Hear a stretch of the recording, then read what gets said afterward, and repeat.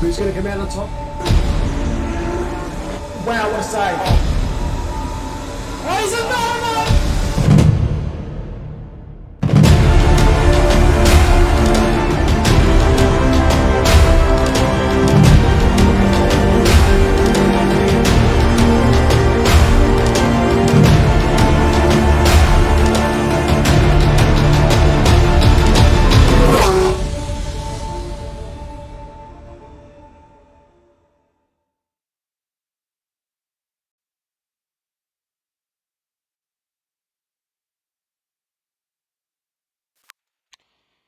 Good evening, everybody, and welcome to round 2 of the OOR finals. I'm joined this week by Nick and hopefully later Ryan, if he can find some time to jump on.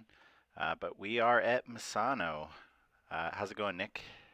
It's going pretty good. You know what? We've been away for so long. I've like low key forgotten I had to do this. Like I was going through my day, I gotta do this, do that, hang out with some friends, and then I'm like, oh, it's Thursday. Oh right, I gotta do something productive real quick. Yeah, I was very thankful that there are a lot of like README files with all the things that were supposed to launch for the broadcast, because it's been so long that I've launched it that I couldn't remember how to do it all. But you did it, and we didn't have to fight with the broadcast software, so I think that's a bit of a win. I agree. That's good. How are things on your end? What's new? Oh, not too bad. Just started to snow in New Hampshire this week, so that's always exciting. That's good. We had some snow last night, and it's all gone, but apparently it's snowing right now. I don't know. My radar app might be lying to me. I feel like they often do. Well, I mean, it's also like, hey there, user, it's going to be snowing in about 20 minutes. Meanwhile, it's already downpouring. It's like, yep, thanks for that. I never would have guessed. Mullet coming in clutch, doing the going live because I forgot to do it. Whoops. Wow. What are we paying you for, Dave? I didn't know I was being paid at all, but that could be why. Wait, neither do I. Are we being paid? Sure. Awesome. I'm still waiting for my check to come in the mail. It's probably just, a little bit lost. Right. Oh boy, but Misano, I don't know what it is, but Italian tracks and I do not get along very well. Imola I struggle with a bit. Misano I absolutely cannot drive for the life of me. Monza is Monza, so I don't know, but I mean I do appreciate this track. I'm not, I'm not spiteful of it. I don't hate it. Go. You don't hate it too much. Right, it's not Monza. I don't know. I feel like if I had to pick, I would maybe say that I like Monza just a smidge more. But Misano is still really good. That's fair. I can agree with that. Like saying, no, I haven't received my check yet. Like, what the heck, man? Come on. But apparently we're also paid in love, so you know what? I can take that. Not the worst. We've got Misano tonight with the pro. I see a pro-am in there and a couple amateurs. Did things get condensed down, or what happened? I'm not sure. Okay. Alright, doesn't seem like pit wall is working for some reason. No way. Just keeps yelling at me. Like it doesn't seem to recognize that ACC is running.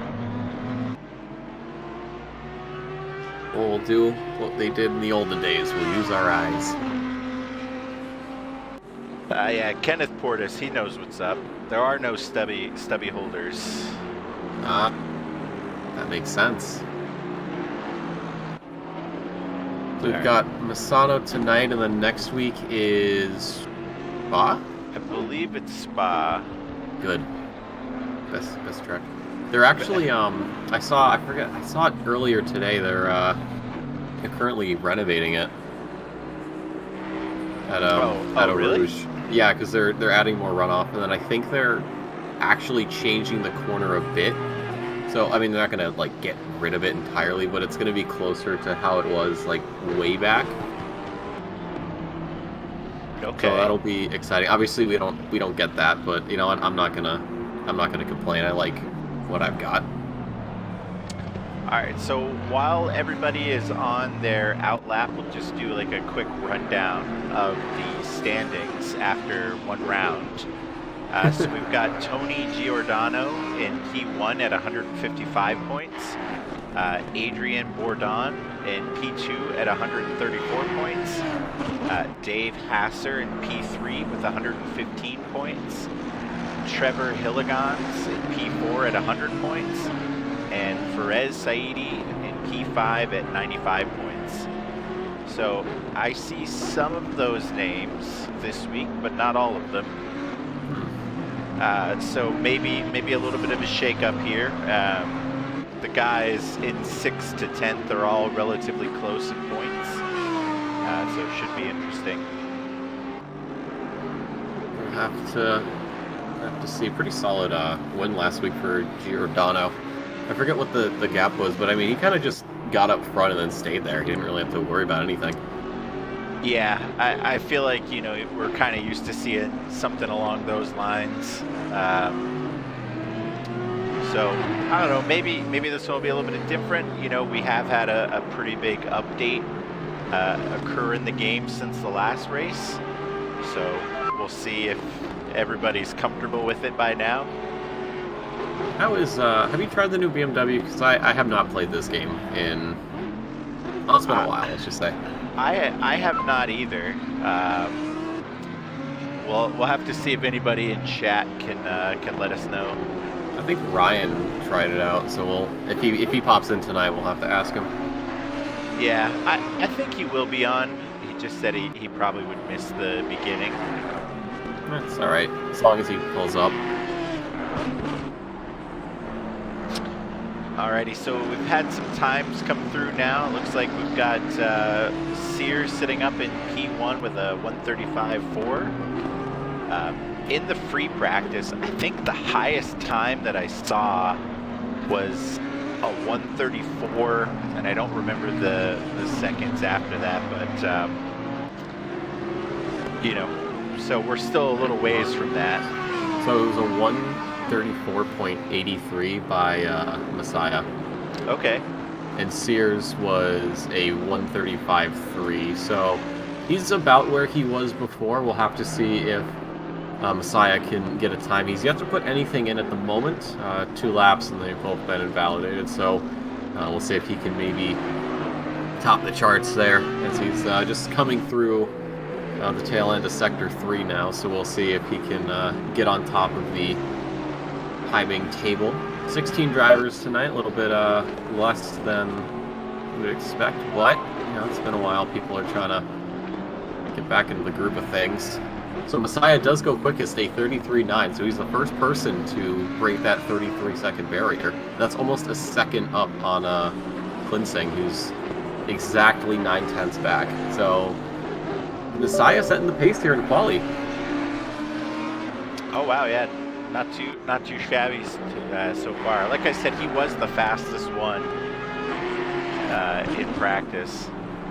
Why is the broadcast controller not working now? What is going on? Update broke. Everything. Usually how that goes. Yeah, it was working before. Interesting.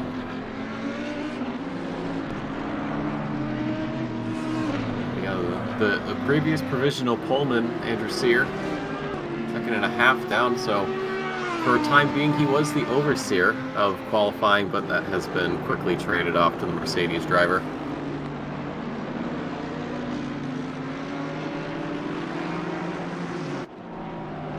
Who else is on a flying lap right now? Nope, Philbin's still yet to put a time in, so he'll have one more shot at putting a time in. Obviously, he's P16 as he hasn't said anything. Naresh Debidin, currently P11, about 2.5 off the pace, is going to improve up to 7th, so good on him, and a few drivers behind, got some invalid laps, so the next person is, coincidentally, Andrew Sear. Crosses the line, 5th, and will not improve. He's going to stay 5th. He does improve his best time, but it is not enough. So we've got probably 1, 2, 3, I don't know, we might have 6, 7 drivers who will have one more shot at a qualifying lap. As for drivers coming up, I believe Philbin will be the end point for everybody, because he's quite a ways back from the start-finish line. So everyone behind Philbin will get another chance. Or actually, no, everyone is on their final chance.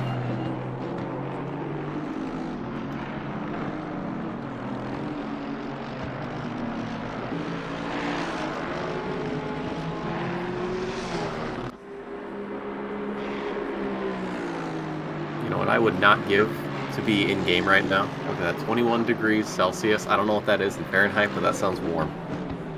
Because it is, it's like 30 something right now. I don't know, I gotta check. It is cold.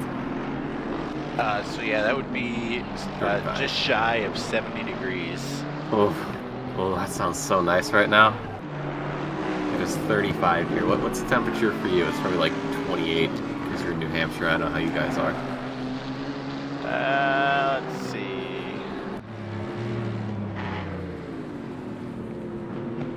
It is currently 24 degrees I was off. Fahrenheit, which would be a -4 Celsius. That's chilly. Sorry, -4, I think is maybe the proper way to say that. I believe it is. But enough about the weather. We are not the weather channel. We're broadcasters, anything else. Messiah sitting top of the chart, 33.9. Klinsing, Giordano, Sear, and Saidi make up the top 5. Louis, Stevens, Passer, Gray, and Debidin are going to be your next 5. And the last person we're waiting on is Geiger. Can you count on Geiger? I think you can. Currently P13. Will cross the line and goes P11. Just 2/10 shy of that top 10 spot. Too bad, not too bad. Now, the 2-minute countdown. The classic, the patented 2-minute countdown here at the OOR.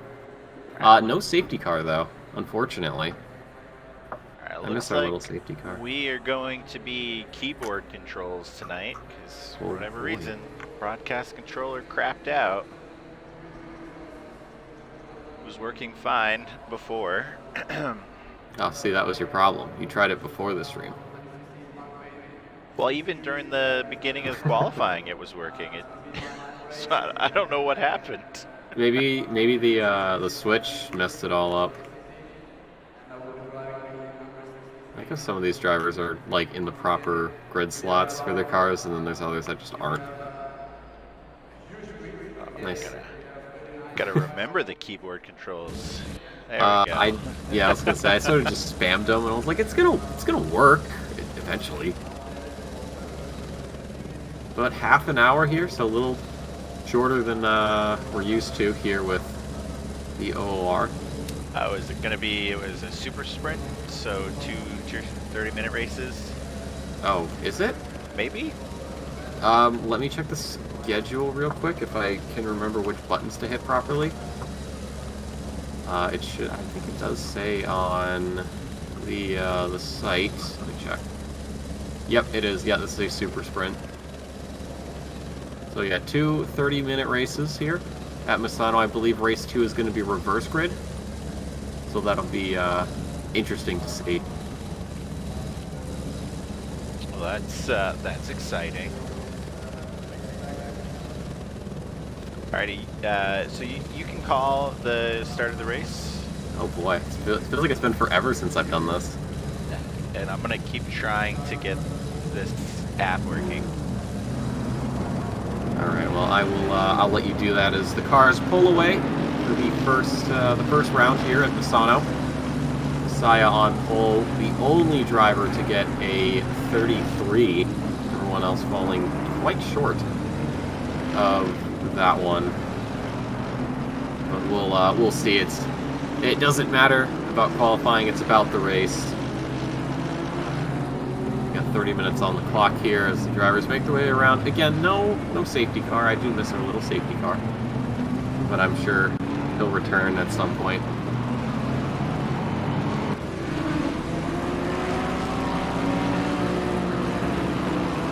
So who's your pick for this race?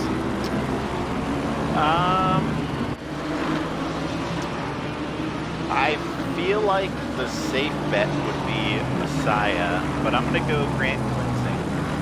And why is that, excuse me? I just like that he's the only one in the Nissan this race, and he's been a pretty good competitor all season long. That's fair. And Trevor's not here to root for, so... Oh, that's true. Oh no, what is gonna happen? I don't know. I feel like he let me down. God, it's like life is meaningless now with that. I'm gonna go for Hasser just because he's in the boat, and I like the boat. So, let's go boat. Here we go. Everyone bunching up, 2 by 2. I would say hand in hand, but cars don't have hands, unfortunately. So we'll say wheel to wheel. I do like the UI change where the leader is a triangle. That's a nice little touch. We've got, I think we have a new like physics model as well, right? Tire changes and stuff. I think so. I know. I've seen like screen caps of all the like tires bending on, or not bending but stretching on Reddit, and it's like, wow, they really went the extra mile for that. Okay, I respect it. But anyways, we are pulling up. Oh, they even changed the F3 menu. Very nice. Anyways, we're here at Misano. Messiah on pole, Cleansing beside him on the front row as these cars creep towards the start-finish line, waiting for the green lights. And we are green here at Misano. An excellent getaway for Andrew Sear, getting a slight jump on the Nissan as they go through turn 1. A pretty solid move for everybody. There's nobody going off. We got a couple cars wide, but no accidents here. Looking like a pub lobby with the number of cars we got, which, you know, less accidents, but still safe getaways for everybody. Messiah starting to try to work on that gap to Cleansing. Cleansing's got to worry about Giordano. Saidi actually looks like I think he gained a position at the start. I don't quite remember, but these cars pulling away nicely, getting ready for the long line ahead. We've got a couple cars. We got, looks like Lamborghini and or two Lamborghinis and an Aston in the back. Duarte, Philbin, Garza, with Barnes chilling in the back, and the Aston Martin is going to pull ahead, leaving the two Lambos in the dust. But a very clean start.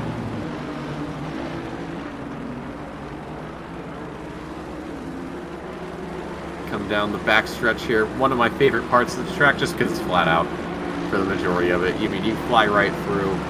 The car's going to jump a little bit depending on how you take it, but it shouldn't be too much of an issue.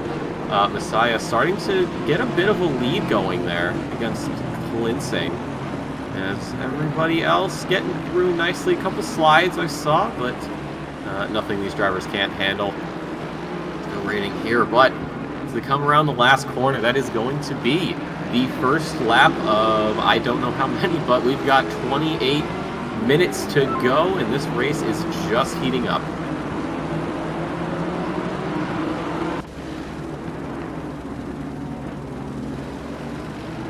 Oh, they even changed the fastest lap thing. Very nice. Philbin with the fastest lap though here.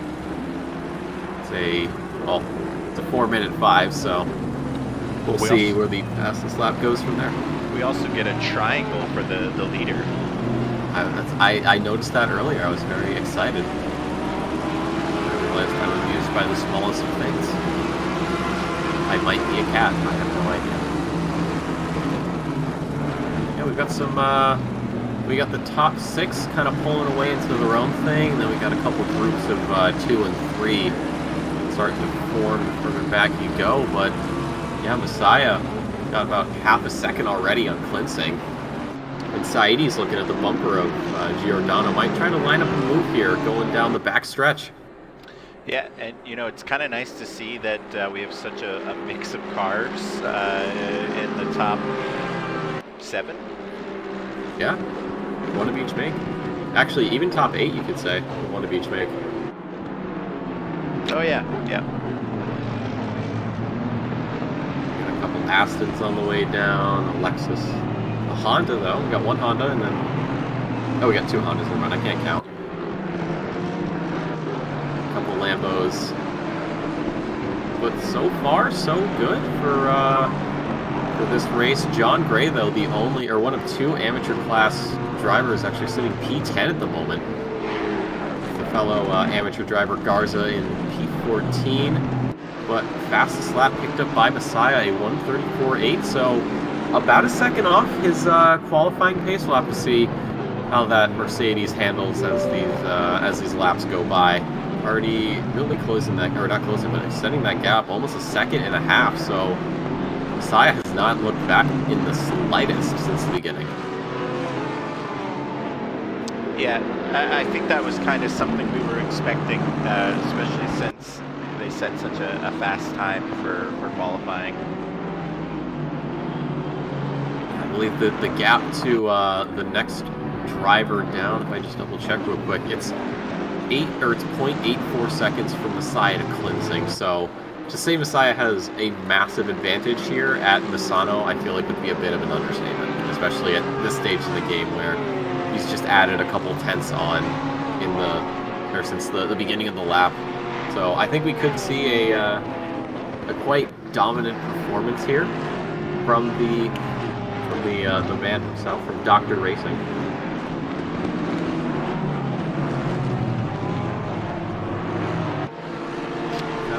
Trying to catch up in chat. They've been pretty chatty.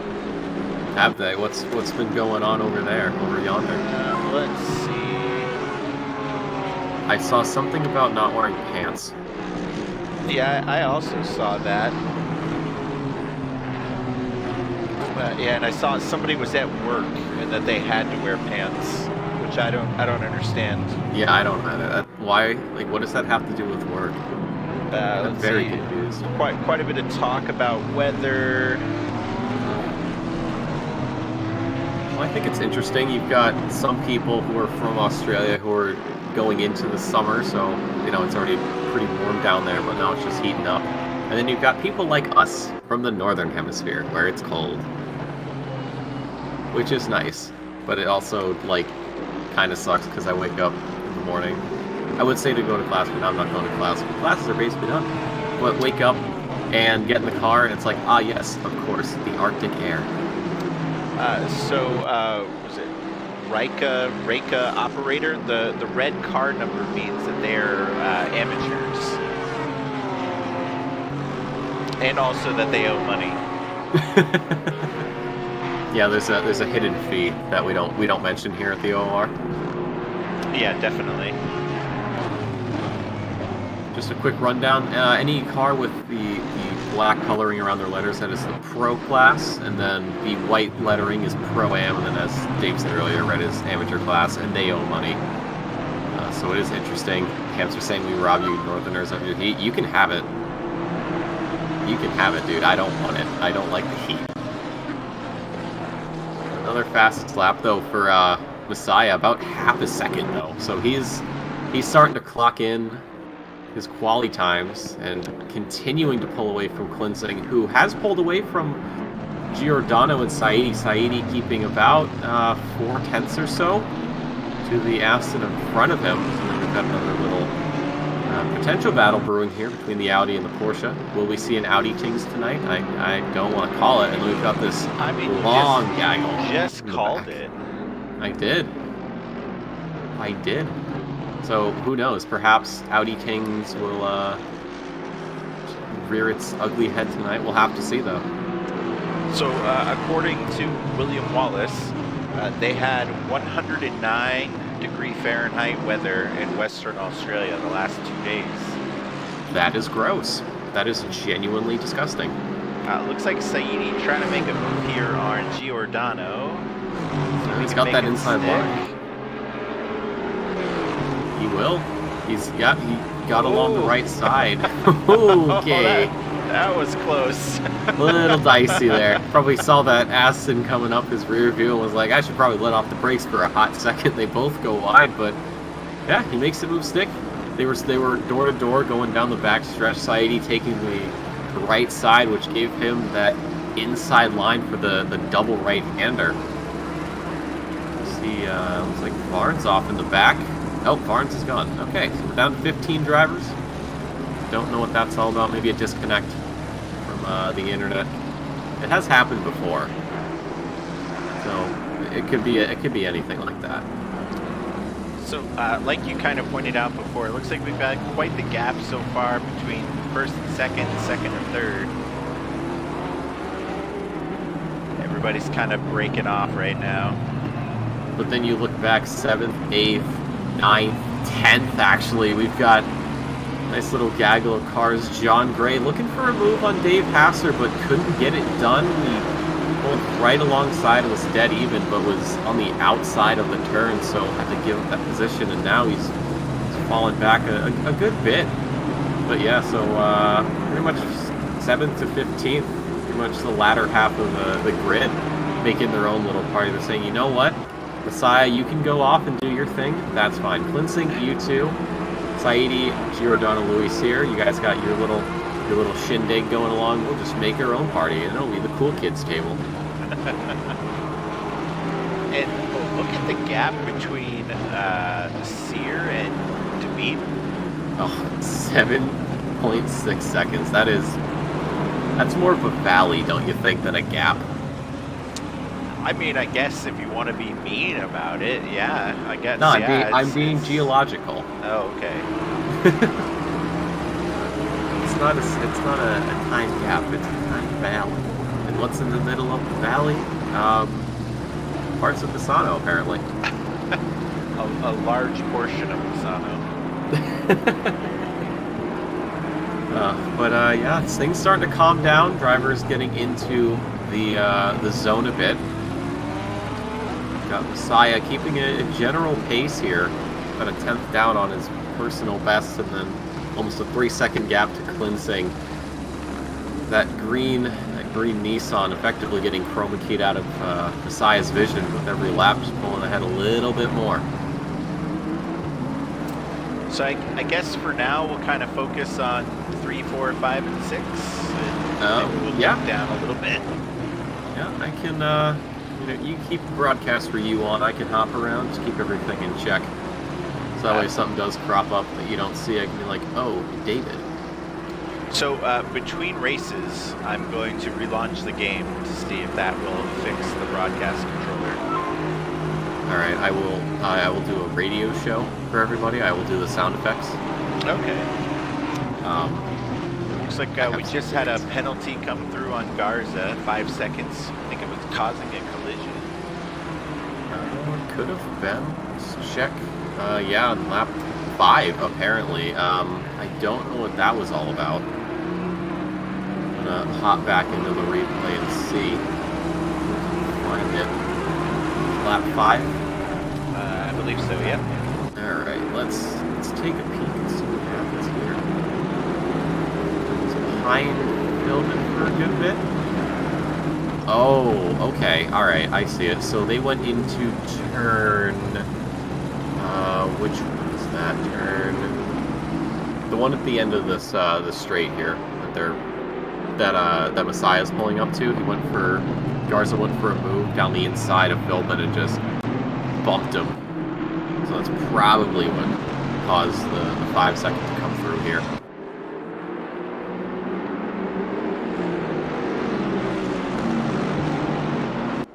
Messiah is just on a whole nother level right now. This is like when you're the best sim racer in the world and you hop into a pub lobby. There's no competition. Yeah, I feel like maybe Messiah should have been in the pro championship.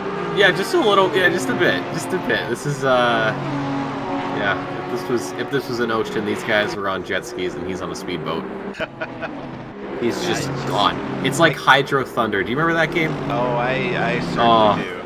I used to play. There was a bowling alley near me that had it. I used to play it all the time. It was so much fun. I would kill to have that cabinet in my house. I've played it in an arcade, but I also had it on the Nintendo 64, maybe? Oh, yeah, because it was on the 64. It was on 64 and PlayStation, I believe. And then didn't they have, like, a new game on, like, the 360? I remember seeing it. Looks like Gray was able to make a move to get around Hasser, and also Specht is getting around as well, but may not be able to make it stick with Dave coming up on the inside. No, he might. He's got that inside line, and no. Dave... I said his name. Right into the blue Lamborghini of, it looked like Duarte or Garza. It was Garza, so Garza's going to have a little bit of front end damage. Dave Hasser just falling down. He just got a bit of oversteer. My bad, Dave. That was on me. Alright, you are going to be escorted out of the booth now, Dave. The OR admins are on their way. Okay, that seems fair. I think we've all cursed at least one driver this season. Let's see if we've got any action going on. No. Oh, Andrew Sear trying to line up Louis here as they pull up towards the end of the lap. He's going to back out. I think Andrew might try to go for something down the either the start-finish straight or perhaps even that backstretch. I know the Porsche might struggle a little bit, but he could have the slipstream as he's closing in on the Audi driver, not going for anything just yet. A wider line will compromise his exit, so he is going to lose a bit of time. He was about a tenth back, so he may have lost a couple tenths there. But they are starting to approach this back stretch, so if he can pull in closer to Louis, he could potentially go for a move going into the final few corners after that long back stretch. We are halfway through. Keep it up. Mr. Primetime has decided to jump in the stream here, or at least on YouTube. Mr. Primetime. Oh, there he is. The Star-Spangled Man with a plan. Ah, yes. Spangled Mandler. Oh, well, looks like Louis went pretty wide there and Sears able to sneak by. fantastic move. We've got a bit of a battle in the way back here between Garza and Duarte. And Philbin trying to get in on the action too. I think Garza might have had a slight tap on Duarte's bumper. Couldn't quite tell. Maybe slammed on the brakes, but now they've got this little passenger car coming down the back stretch. Duarte almost lost his position at the long. It's not even a hairpin; it's just a long right-hander, but was able to hold it. So we'll keep an eye on this. Maybe something will develop in the coming laps. Philbin, though, definitely looking to try and pick up any scraps that come from this battle. Zaya, though, still stretching that lead out. It's almost 5 seconds. Like, dude, please. Looks like Saeedi's been able to get relatively close to cleansing. No, I lied. I was looking at the times wrong. Giordano has closed his gap, though. Yeah, pretty close. About 7/10 or so to the driver in front. So perhaps coming down the back stretch here, I don't know how well the Lexus goes in a straight line, but Giordano might just have enough for that slipstream. I don't think he's going to be able to go for a move this lap. Perhaps if he can slowly reel in Saeedi, he could go for something in the next few laps. Would be my guess.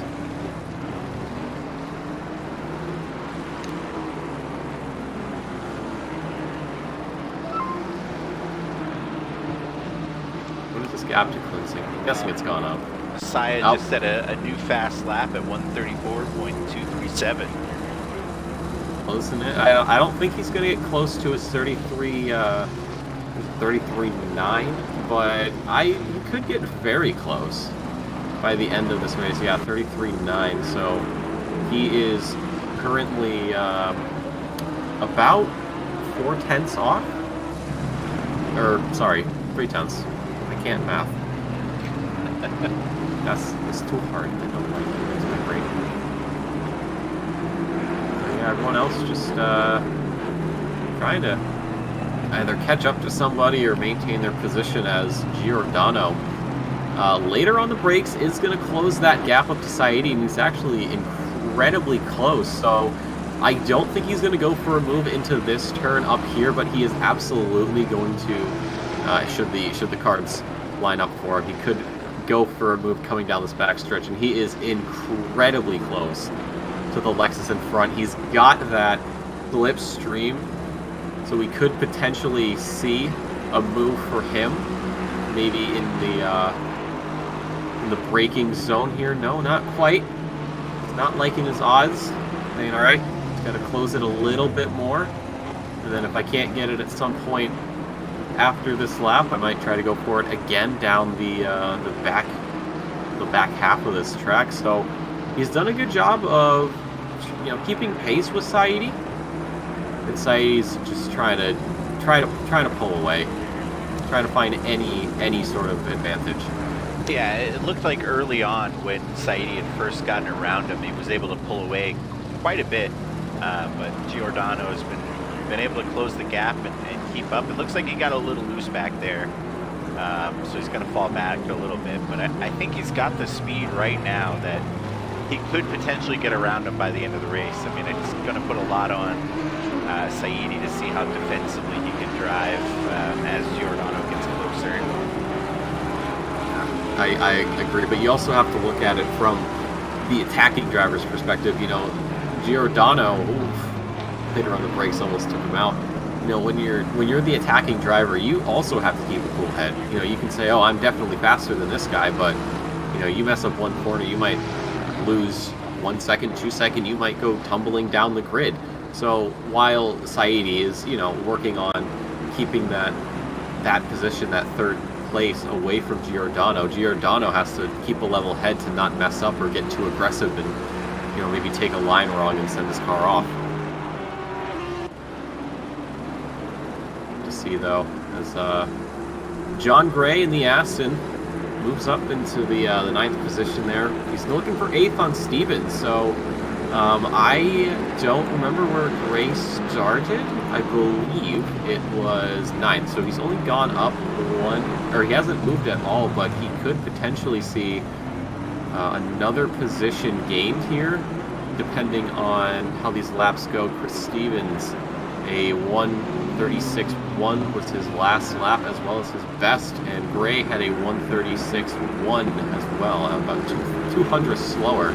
Or no, sorry, he was about a 10th and a half slower the following laps. He does improve to a 35.9 though. Stevens 36.1, so the gap is closing here.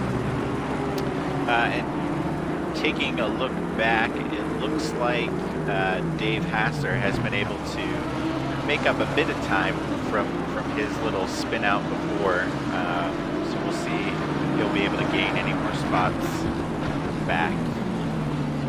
I think even if he stays here, but he keeps the gap where it is, he will get a 14th position finish just because of the 5 second that Garza has. Well, that's true. Yeah, they're so close in the back that, yeah, he's definitely going to fall back. Unless he gets some insane run or the 2 behind somehow completely mess up. But again, knowing these guys and what we have seen across the entire season, I highly doubt that's going to happen. But again, only time will tell. We get some super cool camera angles on these drivers. Just trying to figure out how to get to the cockpit view with just the keyboard. I just hit keys until it does what I want, and then I go. That's how. There you go. Ah, you had it. There it is. You got the inside. I like, yeah, that camera angle. I like that one. That one looks nice, especially when you've got, you know, a car like you're touching bumpers with. It's so intense. Well, you know how people feel about the bonnet cam. The what cam? Hood cam.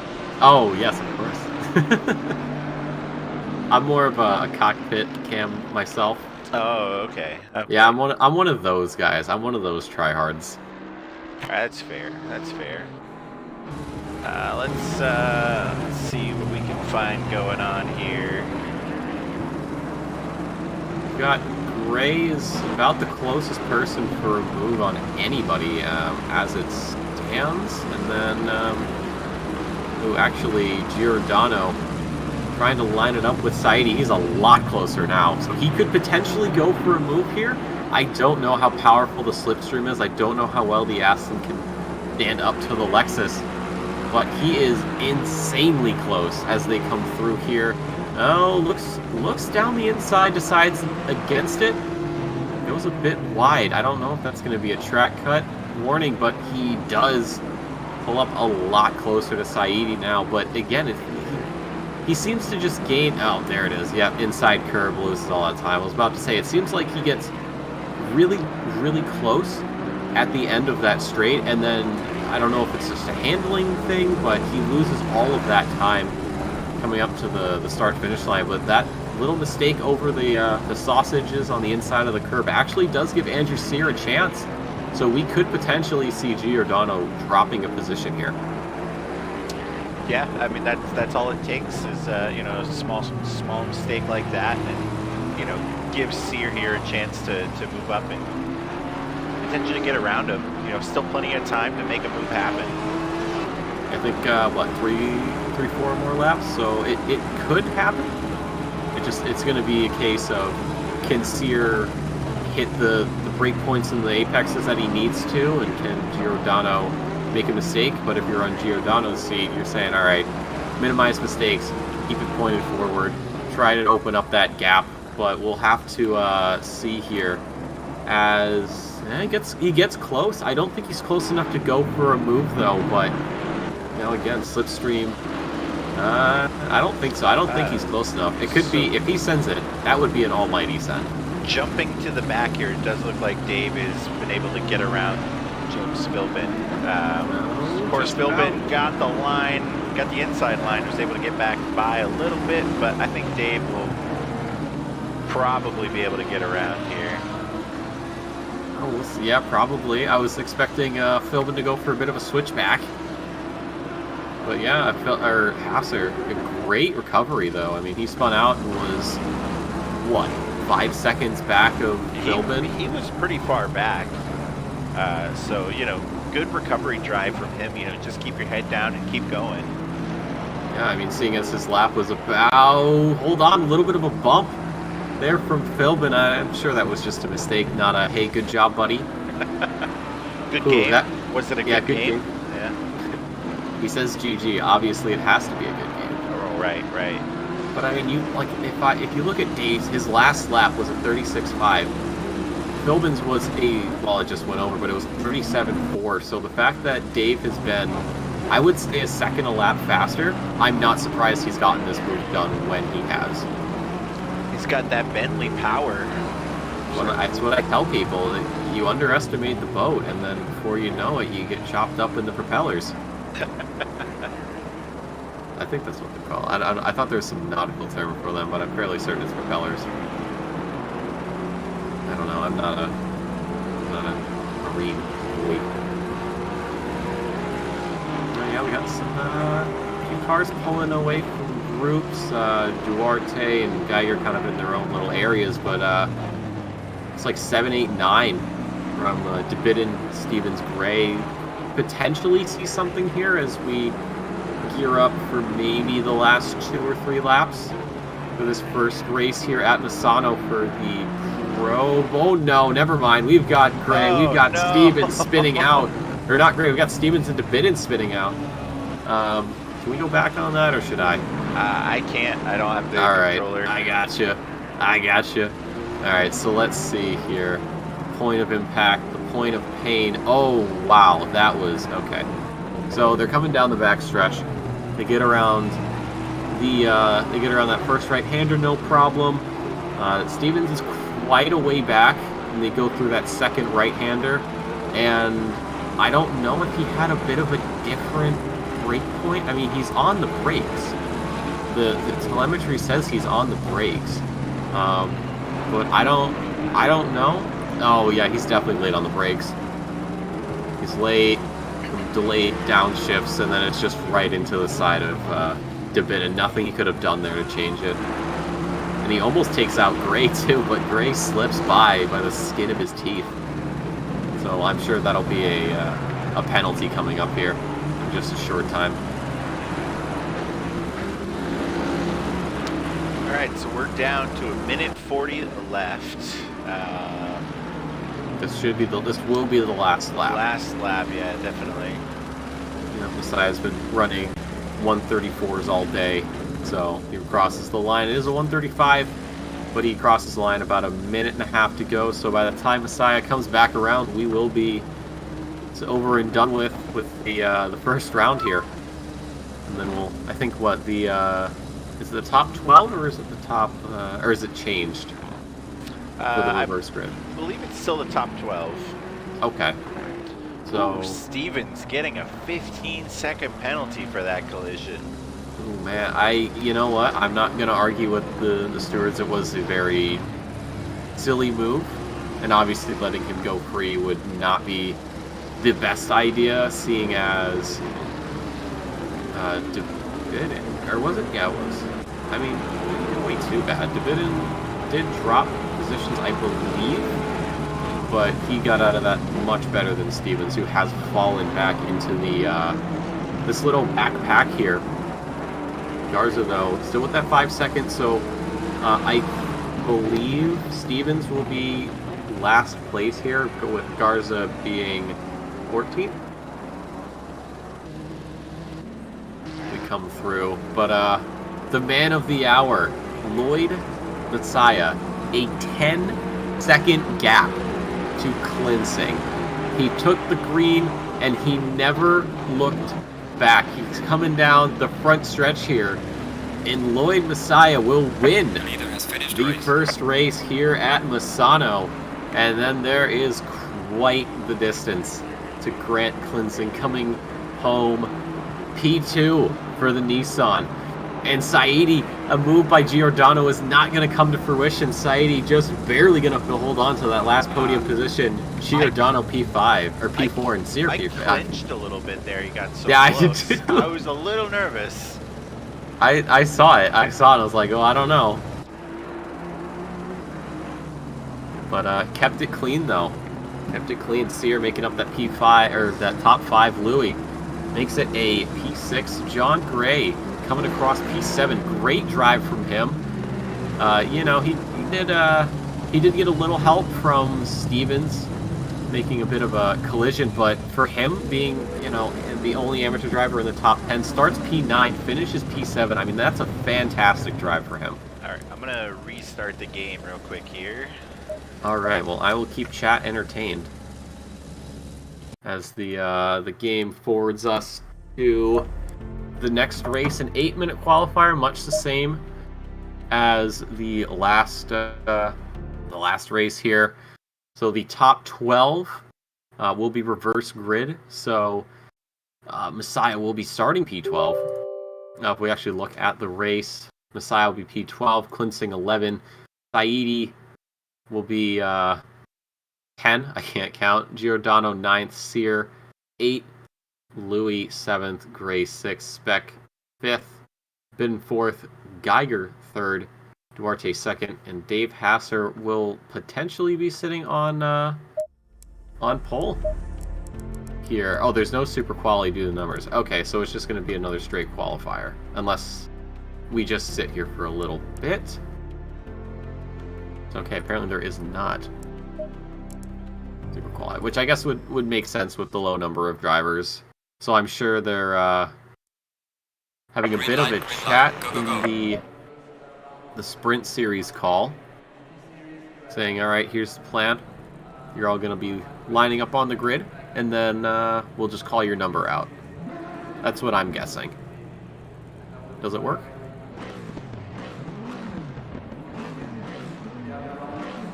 Linton Wills, car 270, lost a chance at pole due to a penalty. Yeah. Alrighty, so the broadcast controller is back. Hey, let's go. Look at Saidi. He's the only person moving. He was eyeing up Garza. I don't know what for, man. You don't have to worry about him.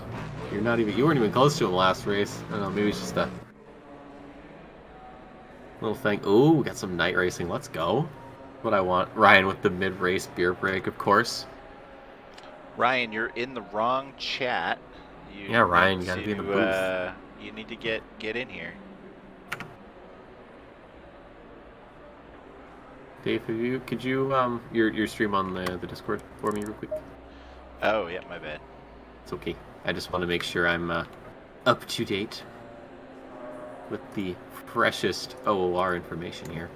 Oh yeah. So yeah, I think they're gonna just call out the numbers for drivers. We'll have to see, because at the moment Sear does have that pole position. So I don't know what the rules are when it comes to this. Obviously, I haven't really read through the updated rule book, but I'm sure they'll just call out, you know, who's going where and kind of just go from there. Yeah, that's my guess. That's what they typically do. They'll do it in like the endurance race where they call everybody out in the order that you're supposed to be in. Do you think they're gonna just flip the grid like altogether because of the number of drivers, instead of saying, hey, you know what? Driver maybe. this and that. I mean, I guess, you know, there's only 3 cars that wouldn't have been in that group, so perhaps. Yeah, I would say that's probably the call.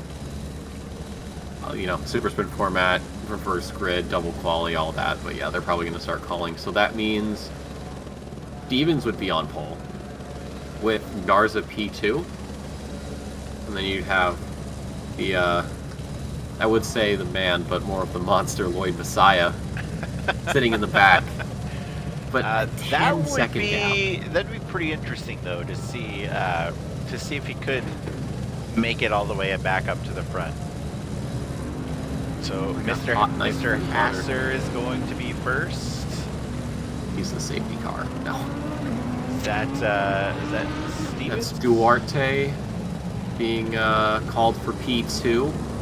Geiger P3, DeBitten will be P4, and then it looks like Beck will be P5. P6 is going to belong to John Gray.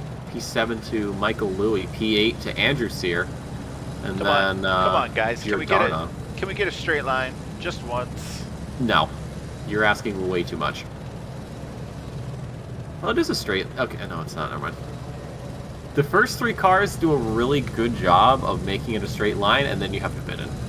I'm telling you, man. Some of these people, they are on Mullick's payroll. They could not draw a straight line with a ruler. So it looks like... Okay, so Messiah won't be starting at the back. It is going to be Chris Stevens.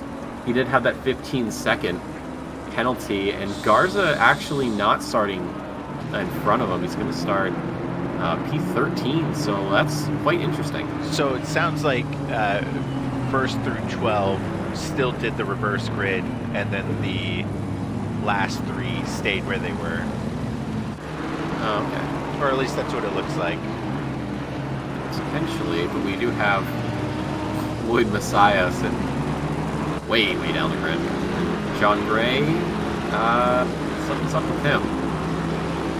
Pulled off. He's getting, Did his maybe... wheel die, perhaps? I don't know. Maybe he was warming his tires and spun? That would be my guess. Jump back 30 seconds. He was already spun out by then. Oh, you know what he did?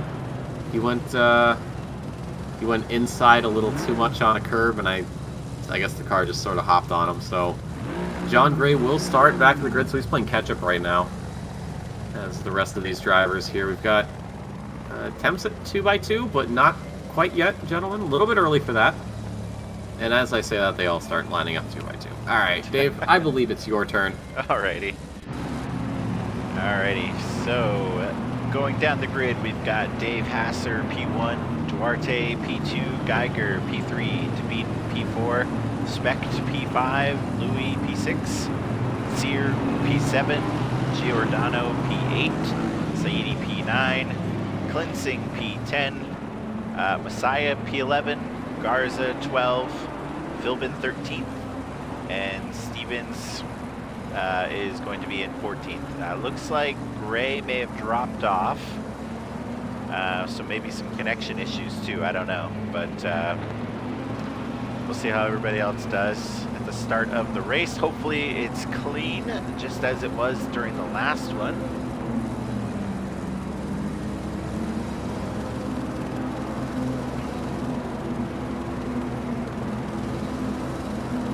Green light. And we've got green. Looks like everybody started off pretty well. That red car got a little bit of a slow start. I can't see who it is to beat. A little bit of rubbing there. Let's see. Everybody else, though, so far so good. We've got Dave pulling far ahead. Duarte behind him. Geiger coming up in P3. And is that Specht? More important question is, where has Messiah ended up in all of this? 9th. It looks like he's already got 2 spots. So down the inside. Speaking of down the inside, no! Oh, the Messiah gets out. The Messiah. He is the Messiah, and that's going to be Saidi. I believe Saidi's going to come up with a penalty. He went down the inside of, I believe that is in front of him, and we actually do have a safety car, virtual safety car coming out here. Oh yeah. But yeah, I think he just went to the side of Sear. Yeah, maybe hit the brakes late and then took out Sear. Oh, let me take a quick peek. So he goes, okay, all right. So going into that turn, so Messiah goes to the inside to try and cover off Saidi, who then has to react. And also goes inside and just misses his brake point. I mean, everyone else was already on the brakes by the time he was getting his foot down. And Then he just tags the side of Messiah, gives him a bit of a bump, and then goes directly into the left rear quarter panel of Sear. Messiah goes in the side of Sear. I'm surprised Messiah got out of that in one piece. And then just a couple other drivers, Klinsink, Garza, Philbin getting involved. Stevens actually got down the inside, so I believe Saidi We're will back pick to up a green. Are we? Oh, yes, we yeah. are. See how Mr. Hasser can do if he can get a little bit of a gap going. Have to see the other driver to keep an eye on, Messiah, who did gain a position there from the little spinnerooski that happened, and he's looking for another position. Oh. Ooh, tags to Bidden. Not the move, or not the move he wanted, but at least Jarvis keeping it stable. And as I say that, we've got my God. 3 wide. Oh boy, this is something. This is something. The Bidden Messiah and Beck backs out, and it's oh yeah, he missed his break point. Pretty bad there, I think, but yeah. Messiah not wanting to stay at the back of the grid, wants to get up front as quick as he can, just taking people out left and right here. This is pretty crazy. Up to P8. P5. My update. So within 2 laps, he's gained 6 positions.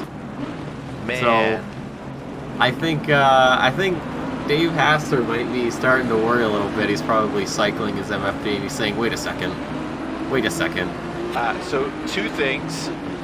I think I just realized Black is Pro-Am. I'm stupid. Messiah needs to get some performance enhancing drug testing after the race. Yep.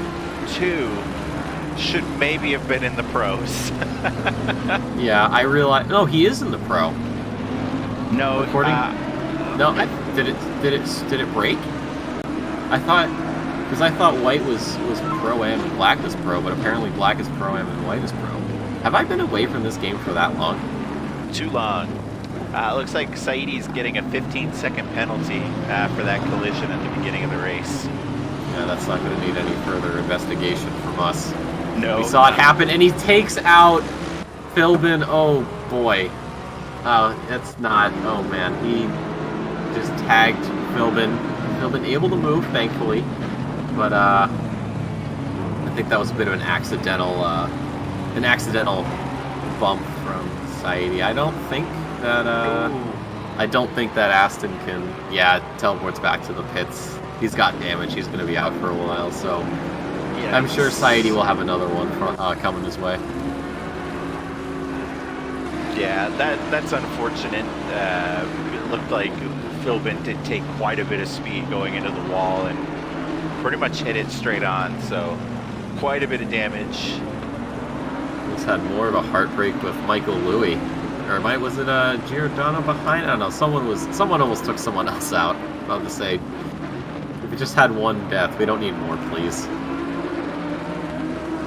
But group lining up in the back though. These drivers come through. Looks like P8 down to I'd say 12. Saidi isn't really in the mix though. Messiah starting to struggle a little bit. I think he was half a second off of, or not half a second, like about 3 or so off of Giordano, which I believe has gone. Well, now it's going down. So I don't know what his pace is per lap compared to everyone else, but there could maybe be just enough time to get up front. And oh, whoa, who was that taking a bit of a jump? Grant Klinsink. He bit a bit wide, and that back end just kicked straight up. Spec though, looking for a move here around the outside, can't make it stick. The car just gets a little bit loose, and that does give Andrew Sear a chance as they come down to this long right-hander. Perhaps, he's a little bit later on the brakes. Might go for a switch back here, but he's got to keep Saidi in his mind. Speaking of which, Saidi down the inside of Andrew Sear keeps it clean, and they're going almost door to door down this back stretch, and Saidi's just going to slot in behind the Porsche as they come through here the second right-hander on the brakes, and they get through in one piece. So looks like we had almost a position change, couple position changes, but everything kind of panning out well for those potentially overtaken. Sear cam. I love that camera. I know I've said it like 1.5 million times, but I absolutely love this camera angle. It really is a great camera angle for close battles. And nothing like seeing another car on the back or all over the back end of another. Giordano, though, picking up fastest lap here, 35.7, so picking up the pace a little bit as Louis getting very close to Duarte there. Has to back off, perhaps a little too close. On the brakes a little bit longer. Milden, though, still in the pits. So probably see if he gets back. Probably staying in the pits. He's been in for what, 2 laps now, I think. Yeah, and I think pit stops for damages like that usually range what, 2 to 3.5 minutes. So yeah, he might be probably just it. hanging out, just watching, seeing what's going on here. But everybody is starting to get through. Getting ready. Garza. Klinsing is getting very close to Demeton here. We'll go to the wing cam here. Oh, he's so close. He is so incredibly close. And I don't think he's going to have the room for it. Garza, though, getting around, or getting down the inside of Stevens, who went wide there. And Stevens might lose another position here to Demeton. They go door to door. Don't touch. They keep it together. Stevens is going to have that inside line that could give him the advantage here, but they've got another corner to navigate. Klinsing looking for something else. A bit later on the brakes for Stevens as they go down the front stretch, almost 3 wide there as Demeton goes a bit wide. Klinsing, though, moving right up behind, using the slipstream of Stevens to try to get around Demeton here into turn 1. It's not going to happen, but it's still not over yet. The back 3 cars trying to get involved in this battle too. They've got their own wars to fight there. Saidi getting lined up with Spec there, going door to door here as well into this right-hander, but he's not going to have that inside line. A bit of a touch, but Sear's going to take advantage of that and actually get the inside line, potentially try to go around, but it's not going to happen. He's going to lose that position. Saidi keeping his position in check. Klinsing, though, on the back of Stevens. He's got that slipstream. He's going to pull out. He's going to try to make it happen around the outside a bit later on the brakes. As they go around this left-hand turn, they keep it door to door, and Stevens holding on for dear life to this position. He's lost the bid with Demeton, but Klinsing wants this position. He wants this P9. He said, man, it's been mine so much, and he's going down the inside, and now they're going door to door down the back stretch. These cars are dead, almost dead even, coming down here, but Grant Klinsing will have that inside line, the double inside line. He is going to make this overtake happen. What a lap. Oh, wow. Yeah, that was pretty crazy. It looked, I mean, they got really close when they came out on the straight there, but it looks like he was able to keep the power down and get around him. He went in a little bit inside there so he could, maintain that right-hand side of the track there. The backstretch, it's a double right-hander, triple right-hander if you count the braking zone. He knew that as long as he could keep that area of the track in his possession, he was going to make that overtake happen. And speaking of overtakes, Dave, Floyd Messiah, first off, fastest lap, a 35.3. He's caught up to Giordano quite nicely with just a hair under 20 minutes. And he can see our lead driver, Dave Hasser. He's only, I don't know, maybe a couple seconds off. I think he could maybe do it here. Wow. Yeah, I mean, plenty of time left, and I mean, look at him, just a little bit of a touch there. Think he's going to give that back? Yeah, he is. Yeah, being a good guy, letting him take the spot back. I mean, I don't think he's going to have to give it back for long. No, definitely not. He's like, hey, you know what? Not the cleanest move. Let me do it properly next time. All right, so with their last lap, Messiah had a 1:35.3, and that's faster than everybody in front of him. Looks like about half a second faster of Giordano, 7/10 on Louis. 6/10 on Duarte, and well, a bit of a distance, or a bit better than Dave Hasser, who does do a 35.8. So that's good. That's still, I believe Messiah did lose some time because he had to let off, but I'm fairly certain that would have been probably a mid-35 for him, so yeah, probably. we can see it. Well, looks like he's line. Maybe gonna get Sizing it up. around. Oh, man. A little too spicy, though. Yeah. Not, you know, he had to hit the brakes pretty hard to not hit Louis, which gave Giordano plenty of space to get in. Oh, right, Louis. Oh, and speaking of which, no. You just said it, Dave. You can't. No, Dave. No. You can't just double curse tonight. That's not allowed. That's against the rules. I mean, this wasn't my fault. Oh yeah, he goes in the back of Duarte, which pushes that Audi back into the Aston. So, and I think, well, I mean, Duarte got out of that fine. He, you know, a little bit of a bump draft into the corner. Not the best idea, but you know what? I've seen stranger things happen. So I think it could potentially be classified as a racing incident. I don't particularly know, but I don't want to call anything yet. We'll have to wait and see what the stewards decide.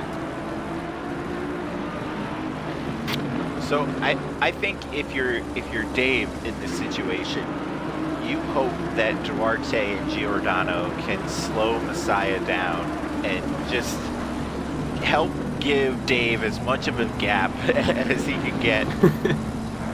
Okay. 3 seconds already. Yeah.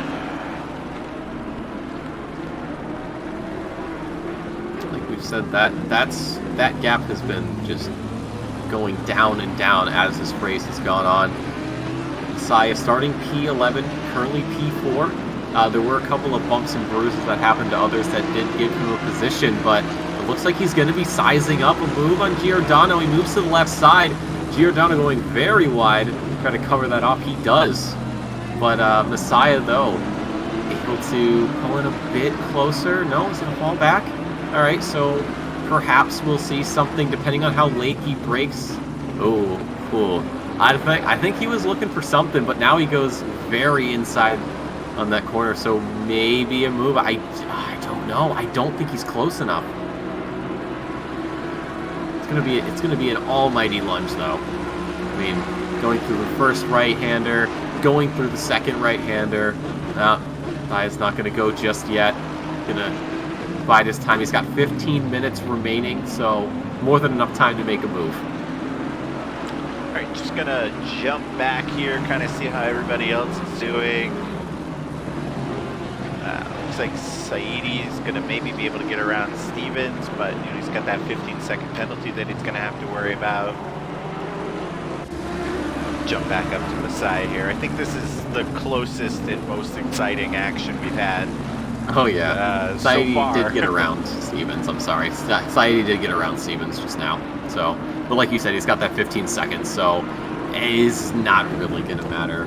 Great cleansing though, picking up fastest lap 34.7. Wow. So he's broken the race barrier effectively. As we see Dave Hasser pulling away, he's got a 4-second gap now, so he's gained that second in the last couple of laps. And Duarte, Giordano, Messiah bunching up here. Yeah, it looks like with the last lap, Messiah had a 136.7, and Dave's got a 135.6. So Dave's pulling away, and you know, lucky for him, Giordano and Duarte are slowing Messiah down. Look at this. We've been talking about this inside line on the back stretch. Messiah is going to have it as they go through, but Giordano not giving up just yet. He's pulling ahead. Messiah later on the brakes down the inside. He almost gets spun out by the Aston Martin, but keeps it together. And Messiah going up to P3, and he's gonna start sizing up Duarte here. He's like, you know what? I might not be able to get P1, but you can bet your bottom dollar I'm going for P2. What a move. What absolute bravery out of Giordano, saying, you know what? I don't have the best line, but I'm gonna try to make it work. And he put up a valiant effort, but it just wasn't enough. He put up a hell of a fight. That is very true. You see Stevens getting around Sear, though. I think it might have been a bit of a bump. I wasn't too sure. Cars were going a bit wide. But Sear pushing back. He's going to pick up the position that was taken. So, you know, maybe it was a bump. Maybe Stevens saying, all right, you know what, shouldn't have done that. You can have your position back. I don't want to get a penalty. What a race we've had here tonight. Yeah, round one, pretty slow, but round two, I mean, these drivers are going in. Yeah, definitely bringing it tonight. Oh, Messiah. You know what? That move worked. He scared Duarte off the line. And now it's Messiah P2, Duarte P3, Giordano P4, Louis, after getting a bit of a spin, has recovered quite well, all things considered. Oh man, Dave's looking at that MFD right now. He's saying, wait a second, hold on. This man was in P5? Yeah, I have a feeling he's like, shit. You know, but he has a 4.5. It's probably going to be closer to 5-second gap here as we come through this next lap. We'll have to see once the scoring column updates or the timing column. No, it's still 4.5. Look, Messiah just got around Duarte, and look at, he's already starting to pull away now that he's been able to get around these other cars. Yeah, he's going to let them fight. We've actually got a little bit of a fight brewing in the back here for P7, Garza and Klinsing. Klinsing currently the fastest lap holder here. Thought about a move down the inside, but wasn't going to happen. Currently, the last lap, Dave Hasser had a 135.7, and Messiah had a 135.5. So now that he's around these other cars, he's definitely speeding up. He is. No, he's slowing down.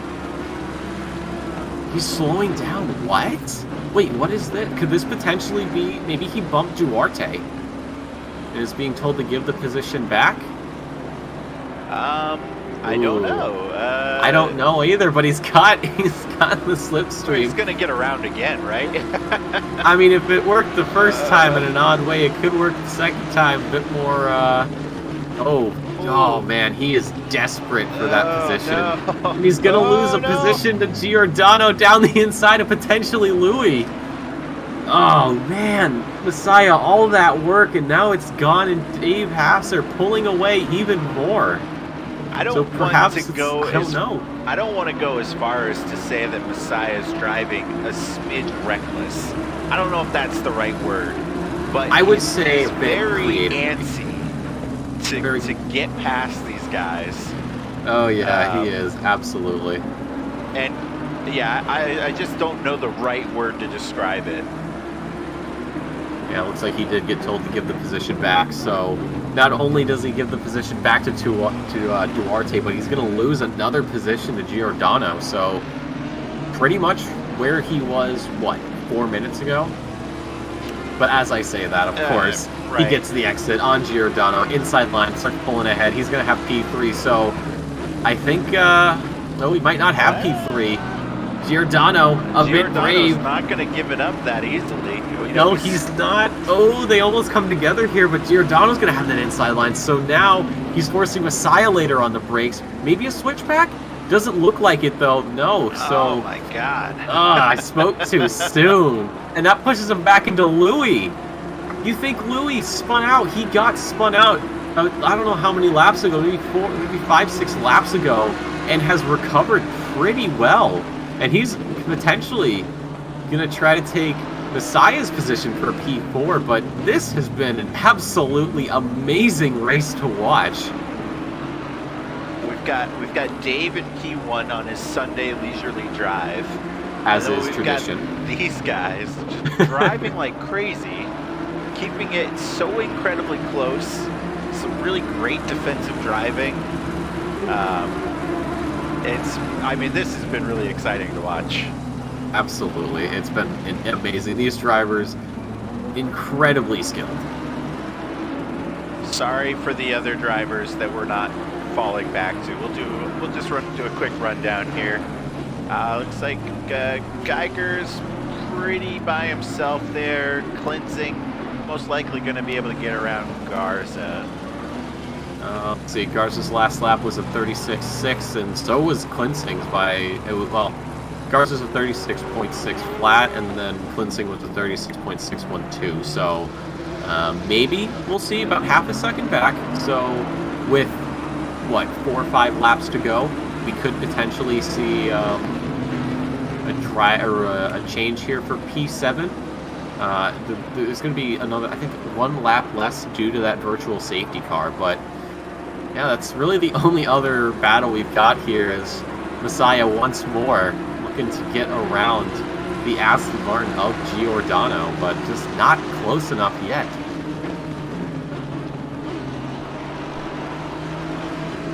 This is what motorsport's about. This is what we come out and do, you know, day in, day out, whether it's in a sim or on the track in real life. You know, this is why I tell people why I love motorsports so much. Like, 'cause you get these insane battles, and you know, people might look at it and go, well, it's just cars. It's like, yeah, sure, it's just cars, but there's drivers in those cars. 130, 140, 150 miles an hour. Incredibly slim margins here. And speaking of slim margins, Giordano trying to line up on Duarte, but it's going to compromise him a bit and give Messiah and Louis a chance to catch up. So I think Duarte is just going to say, you know what, if I can pull away, great. And just leave these guys to fight with them, because it doesn't look like he's doing too much defending. I think he's just saying he's letting Giordano do all the work. But well, I don't know. Nothing wrong with that. You know, work smarter, not harder. Exactly. Giordano thought about a move down the inside. Duarte's a bit wide, and that's going to give Giordano maybe a bit of a run here coming down, but Duarte with that inside line, he's not safe yet. He's got to keep it together, no. And there it is! Oh, no. There it is! The touch! Oh, we've been fearing it all day! It's gonna happen. Duarte gonna lose out. Giordano and Messiah going through, but I guarantee you that's going to be a 15-second. We saw Saidi do something similar early in the race, got a 15-second. If Giordano doesn't get a 15-second, I will be very surprised that he's going for a move down the inside. Messiah. Oh my god, it's so close. Louis trying to get it on this battle too. I mean, we, you know, just ignore that other, you know, not move, but the other thing he pulled, but that was a great inside line. Oh my god, these guys are going hard in the paint. It's the second final race here in North America Sprint for the Pro-Am series with a couple pro drivers in it. So I'm wondering if I wonder if Pro didn't have enough attendees, but it has been, oh my god, this has been probably one of the best races I have seen in a long time. Yeah, this has been pretty wild. I don't think we've had this much like back and forth. I can't remember the last time we've had it this season. So I don't think we have. I don't think exciting. we've had something this close. Oh man, this is beautiful.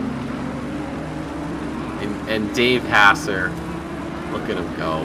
Not a care in the world. Head empty. Only drive. 7.3 seconds. The battle that these 3 cars behind him have been going with the entire race, it feels like, has allowed the Bentley driver to pull away. And we're looking at probably 3 more laps here. So as long as Dave can keep her going, he's got nothing to worry about.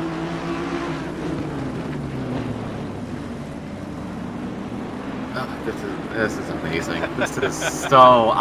I cannot get over how great this has been. This has been an absolutely amazing second race from these guys. Take a break from that action, and we'll jump back here to Cleansing, see how close he is to getting around Garza. It looks like Louis just ended up, you know, getting a drive-through penalty for track limits. Well, that'll get probably swapped out for a 30. I believe that's standard procedure for penalties. For you know, track cuts. So looks like Cleansing is getting pretty close here. bit of a bad line there, but, well, actually, maybe not. No, he's thinking about it. He might try a move here around the outside. Oh, he's going over those. God, those sausage curves on the outside, those things hurt. 15-second penalty for Giordano. I can't say I'm surprised after what he did to Duarte. Yeah, I think 15 is more than fair. That'll give Duarte at least P7 because you look at the distance from Giordano and you go 15 seconds back, and yeah, I don't think he has much to. I think down all the way to, I want to say Stevens. That might be a little bit far, but I think we'll see Giordano go down to P11 after the penalty is applied, and then you've got Louis with his penalty and Duarte with his penalty. So for the time, or not for the time being, but Messiah has P2 as of now. So he's just gonna say, you know what, the penalties come through, I don't have to push, I just need to maintain this position regardless of what happens. And then that'll give Louis, or no, Louis gonna have to drive through. So I believe Geiger's gonna get a podium if things stay the way they are. Yeah, I think you're right. The gap has gone down from Passer, though. Jump back here to Cleansing. Looks like Cleansing trying to make a move stick to get around Garza. Went very wide there. Saidi, though, coming up on Duarte. Was able to get around him. I was a little nervous. little argy-bargy there for a second. Yeah. I was like, don't, like Saidi, please. You've already got one. Don't make it two. I gotta say though, Garza making that Lambo as wide as possible. He has, and you know, I don't want to, you know, not to say this to put him down, but I mean, right now he's the only amateur class driver. He's sitting P6 in what you could say is a sea of incredibly high-skilled drivers. Not to discount Garza. He has done an absolutely amazing job. But when you look at this and you say you've got someone in amateur class, and then you've got the Pro-Am class, and you think about, you know, if you look at the IRL racing of this, there's a bit of a gap in, you know, skill. You could say the same here, but I think Garza could be Pro-Am with a performance like this. I would not be too surprised. Yeah, maybe a potential promotion next season. We'll see. Louis, though, coming into the pits for his drive-through, so it wasn't moved to I believe it's a 30-second penalty. So he's gonna drop down, probably. I think he's gonna lose a couple more positions here. So I think he's gonna end up in 11th as Sear and DeBitten come across the line. Ooh, potentially another position to Stevens. Have to see. That is like one of the long. Yeah, it's going to lose another position to Stevens. This is one of the longest pit lanes, I think. I think it is the longest pit lane in the game. Maybe even losing a spot to Spect as well. Yeah, he will. I think the only pit lane that is longer, I think, would be Spa's, because that goes on forever. Because I remember when I first got this game, right? I thought, hey, I'm going to go to Spa because I like Spa, and I did. And I didn't know that they walled off the F1 pit exit.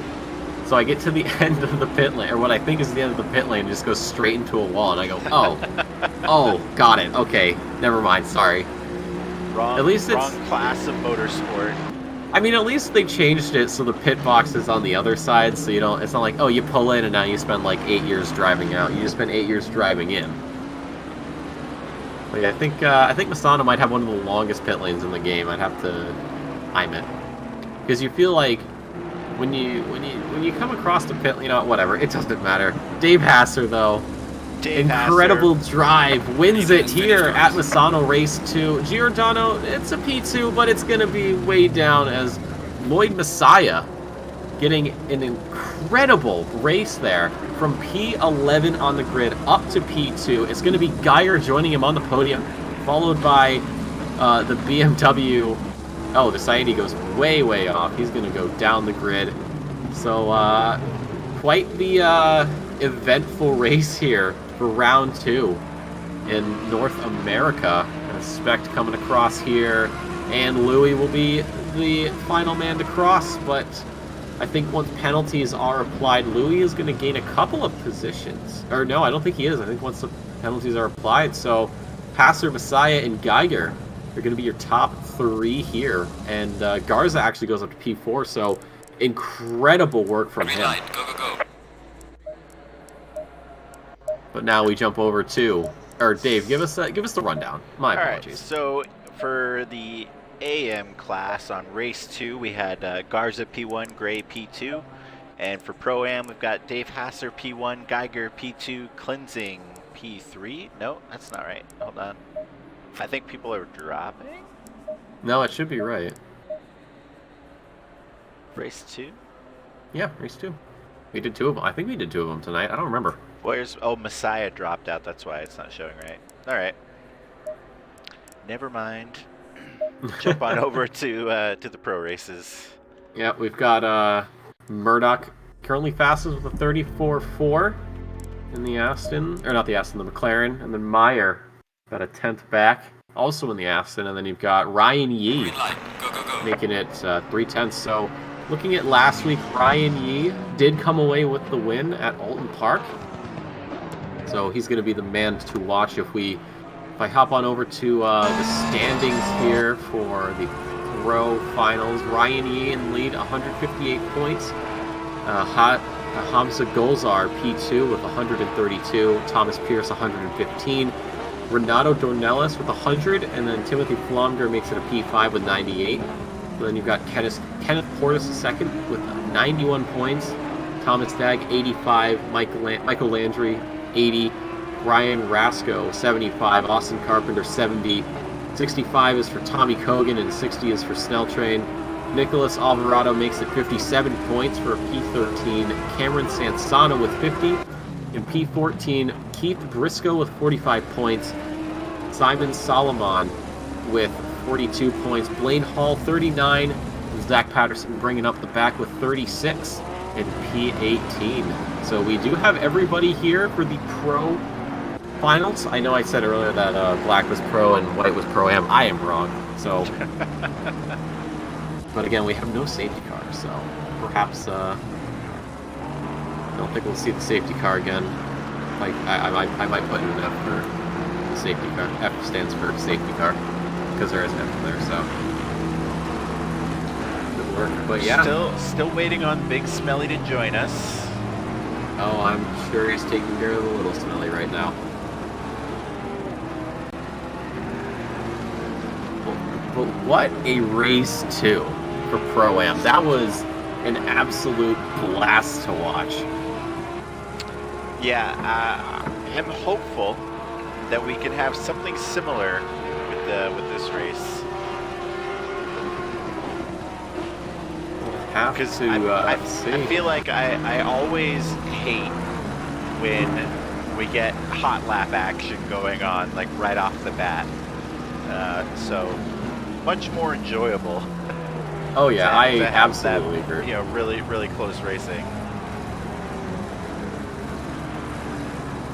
Maybe we'll see the same here in Pro. Perhaps not the same level of carnage as Pro-Am, but you know, anything can happen. It's not quite over just yet.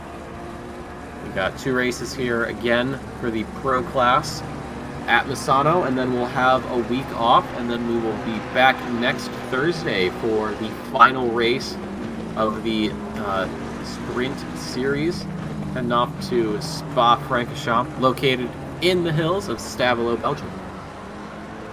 I made an entire documentary about Spa for a project for school, and I gotta say, I love the way it turned out.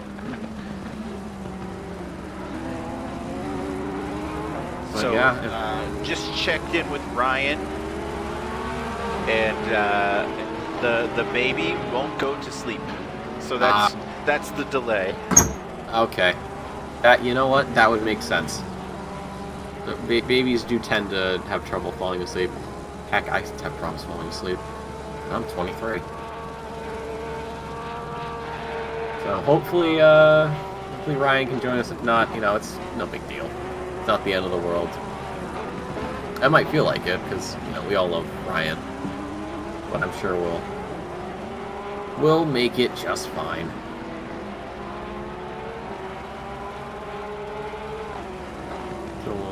we'll get through free practice here. I don't know how much longer. I think we're going to go into qualifying in the next minute or so. We were actually a bit early for the switch over to red split. Or not red, excuse me. Pro. I think we're just pro now. Yeah. Sorry, I'm used. I don't know why my brain was like, ah, yes, of course, blue and red split, they still exist. Like, no, they don't. It's still the same. But it's different. But we fast forward to the next session here, qualifying 18 cars. Oh, we have a safety car. We have the safety car. Ah, my day has gotten so much better.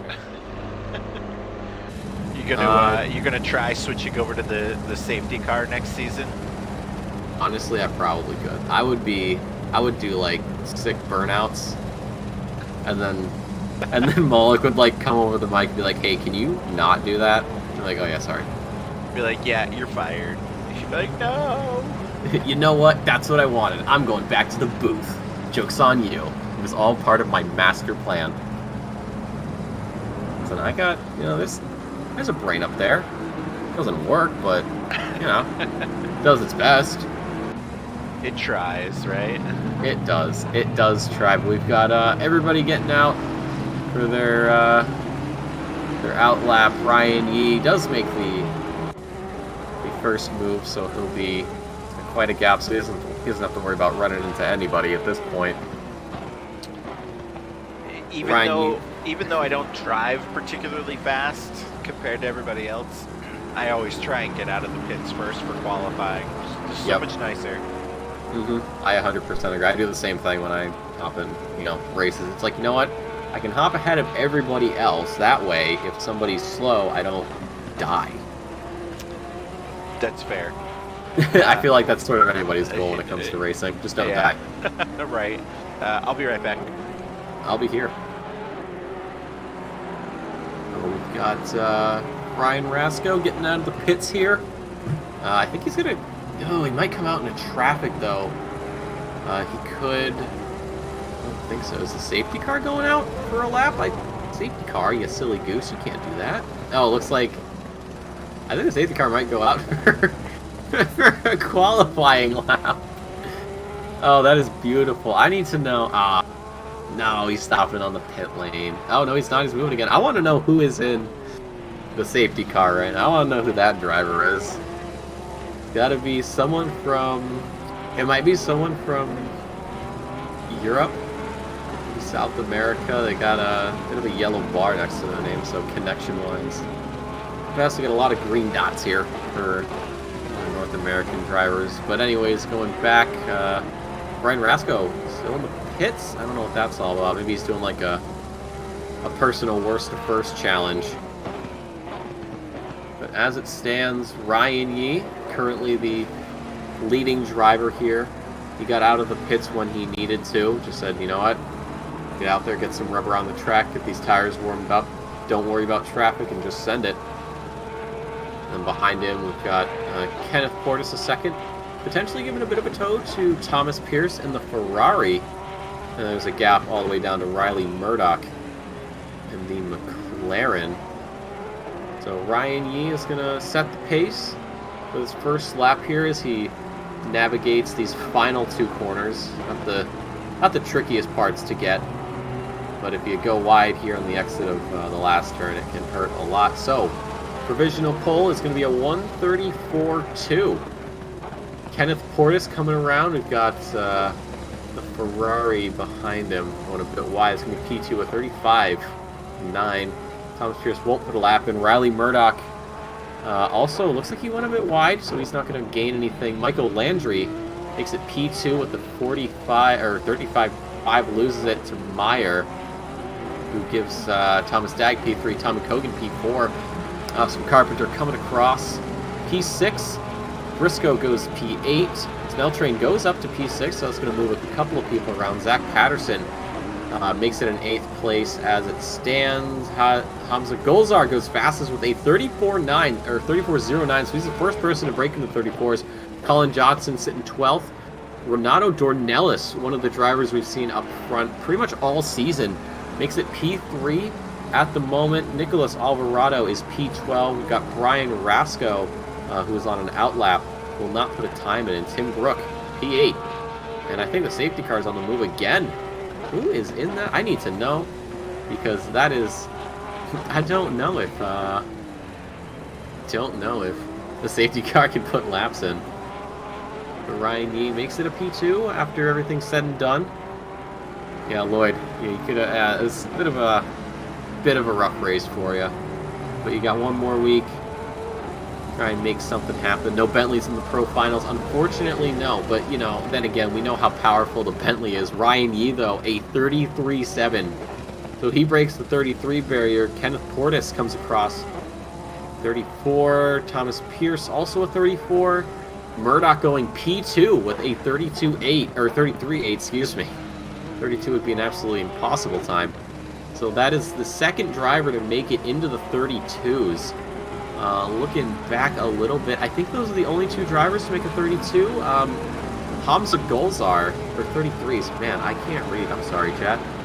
Hamza Golzar, about a 10th off of the 33s as he comes across the line here.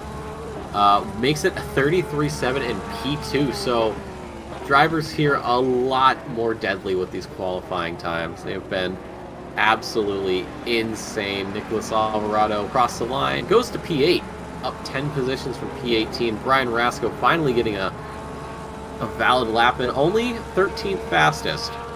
So maybe he'll get a better lap here. He's going to have time for one more lap, or he's going to have time for this and one more, so we could see an improvement from him. Ryan Yee, though, still on provisional pole by 2,000 or 25 thousandths of a second. So we'll see. Golzar, what's up? We've got three drivers, excuse me, in the 33s. Ryan Yee, Hamza Golzar, and Ryan improves to a 33.6. Man, absolutely insane. I think we saw one driver with a 33 in Pro-Am, and then you've got this absolute battle. Riley Murdoch, P1, provisional pole with a 33.5.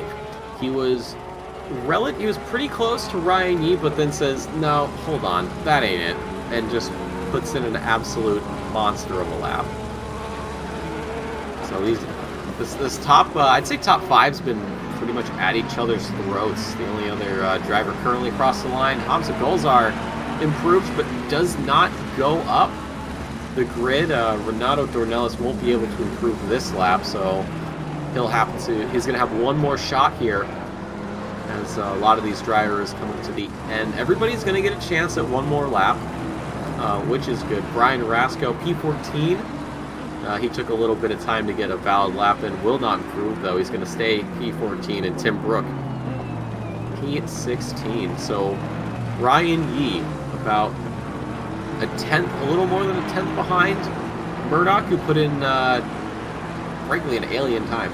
I mean, that's insane. A 33.5 out of him. I don't think I've ever seen someone do that. But here we go. Ryan Yee, the first driver out and the first driver to finish, will not improve, stays P2. We've got Thomas Pierce and Golzar in the pits, so probably invalidated the lap here. Kenneth Portis across the line will stay P12. We had Riley Murdoch go wide, but it really doesn't matter. Murdoch's got pole position. Mike Landry, P9 with a 34.7. Will come across, will stay P7. Meyer goes up to P4. Dag, P11 will stay there. And then we've got Kogan on an invalid lap. Carpenter, P9. He improves his time, doesn't move up. Keith Briscoe goes to P11. Snelltrain stays P14. And then we've got Zach Patterson. He goes up to P13. That's up 6 positions. And then Renato Dornelis, the champion from last season, currently P5, will only improve 1 position, though. And then we've got more drivers in the pits. And then we've got Brian Rasco with Tim Brook in tow, 16 and 17 respectively. Rasco makes it a P17, and that's where he's going to sit as jumps up the... to 13. What an improvement, though. That was insane. So, a very close fight from this this top top 4, top 5? I don't know. I think we're looking at some crazy racing coming up. Should make for an interesting race with so many drivers capable of such quick times. Yeah, you got someone saying the McLaren is very strong here, but has no idea how Yi did that in a Porsche. I have no idea either. I mean, that's maybe, you know what it is? You got Murdoch with car 77 and Yi with car 7. So you got 777. That's good luck. So I don't know. Maybe Ryan Yi is. I was gonna say that pretty much all season we've kind of been blown away at what he's been able to do. You know, because we'll start a race and maybe somebody will mention that, oh yeah, you know, the Porsche isn't terribly strong here, and he never got that message and has just been consistently great all season. They hand Ryan Yi the note. They're like, hey, this is how the Porsche is supposed to handle. And he looks at it and he goes, I can't read this. I don't know what it says. And I'm like, dude, it's in your native language. And he goes, yeah, I don't know what this says. Like, I can't read, I'm sorry. This looks wrong. Wow, that's a really cool opinion. I'm going to put it in the trash. Like, okay, you know what? It's your Porsche. But yeah, like you said, I mean, week in, week out, hey, Porsche's not good here. And Ryan Yi's like, that's cool, dude. Don't care. So it's going to be interesting to see, though. We've got 3 McLarens in the top 5, so very good for the boys back at the factory. And we've got a bit of a couple Astons. And then the lowest McLaren is Tim Brook, P13, but yeah, incredibly close fight from this top 5. I think it's going to be the Murdoch Yi Golzar show as the safety car pulls ahead. Look at that beauty. What a lovely little car. It was while you were gone, the safety car was thinking about doing a couple of laps. I want to know. I said it and I'll say it again. I want to know who's in that safety car. Watch it be like Mullock. Nah, it's a company secret. Even we don't know. We're not that high up. Yeah, if they told you, they'd have to kill you. How would they do it, though? That's the question. You don't want to know. I mean, it's just an unspeakable thing. No, you know what they do? They give you a mod, and then they wait for Kunos to update their game so it breaks it. And then they ask you to put it back together. We love the developers. Just getting that out there. I don't really have a problem with them.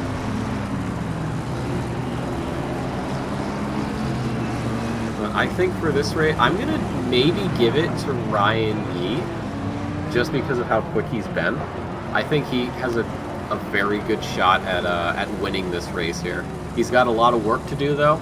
Murdoch, the fastest driver in qualifying, but I think with the level of skill and consistency we've seen from Yi this entire season, I think it's very possible he gets an overtake at some point and never looks back. Yeah, I think it's a safe bet to go with Yi. I think Murdoch maybe missed the first race of the season. I don't see him on the standings. Yeah, he did. He did miss the last race. The finals, yeah. But you know, I think we had seen Murdoch do pretty well throughout the season. I mean, who are we kidding? All of these drivers in the top 5 are incredible. Absolutely. I'm gonna just maybe. Can I grab the standings real quick? I might be able to. You know what? It's too much effort, and I don't care. But anyways, the safety car peeling away, the speed of the Jag into the pits. So he'll be on standby just in case we have some action. No virtual safety car this time.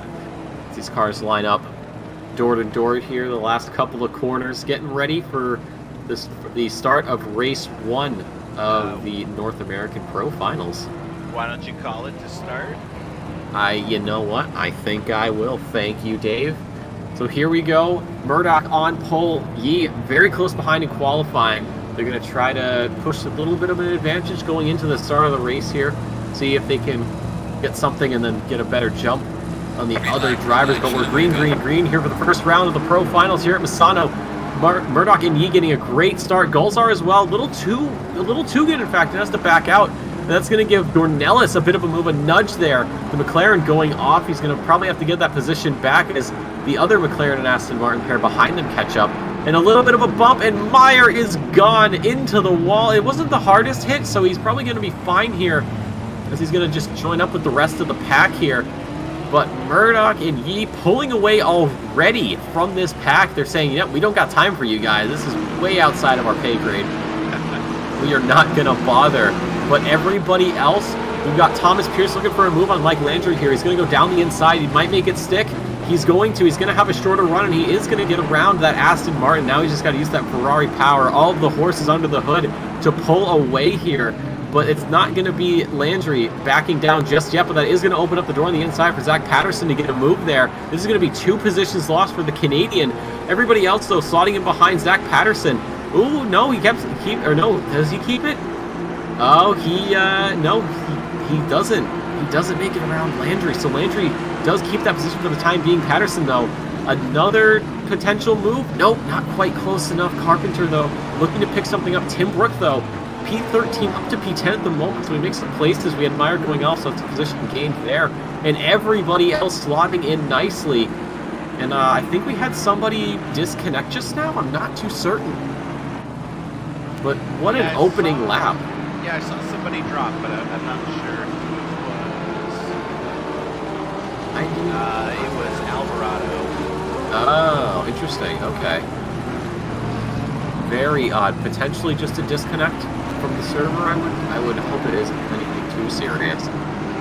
But yeah, a little bit of bumping there onto Andy Meyer, the driver from Germany, I should note. So he's chilling about 6 hours ahead. It's currently about 9:45 in the evening here on the East Coast. So we're looking at what, almost 5 in the morning for him. So respects to him, but he's catching up to Colin Johnson here. So I think Meyer might do what Messiah did race 2 and just start charging up the field. Yeah, definitely. He's a pretty fast driver. So we'll see if he can make up some spots. Yeah, got everybody slotting in comfortably.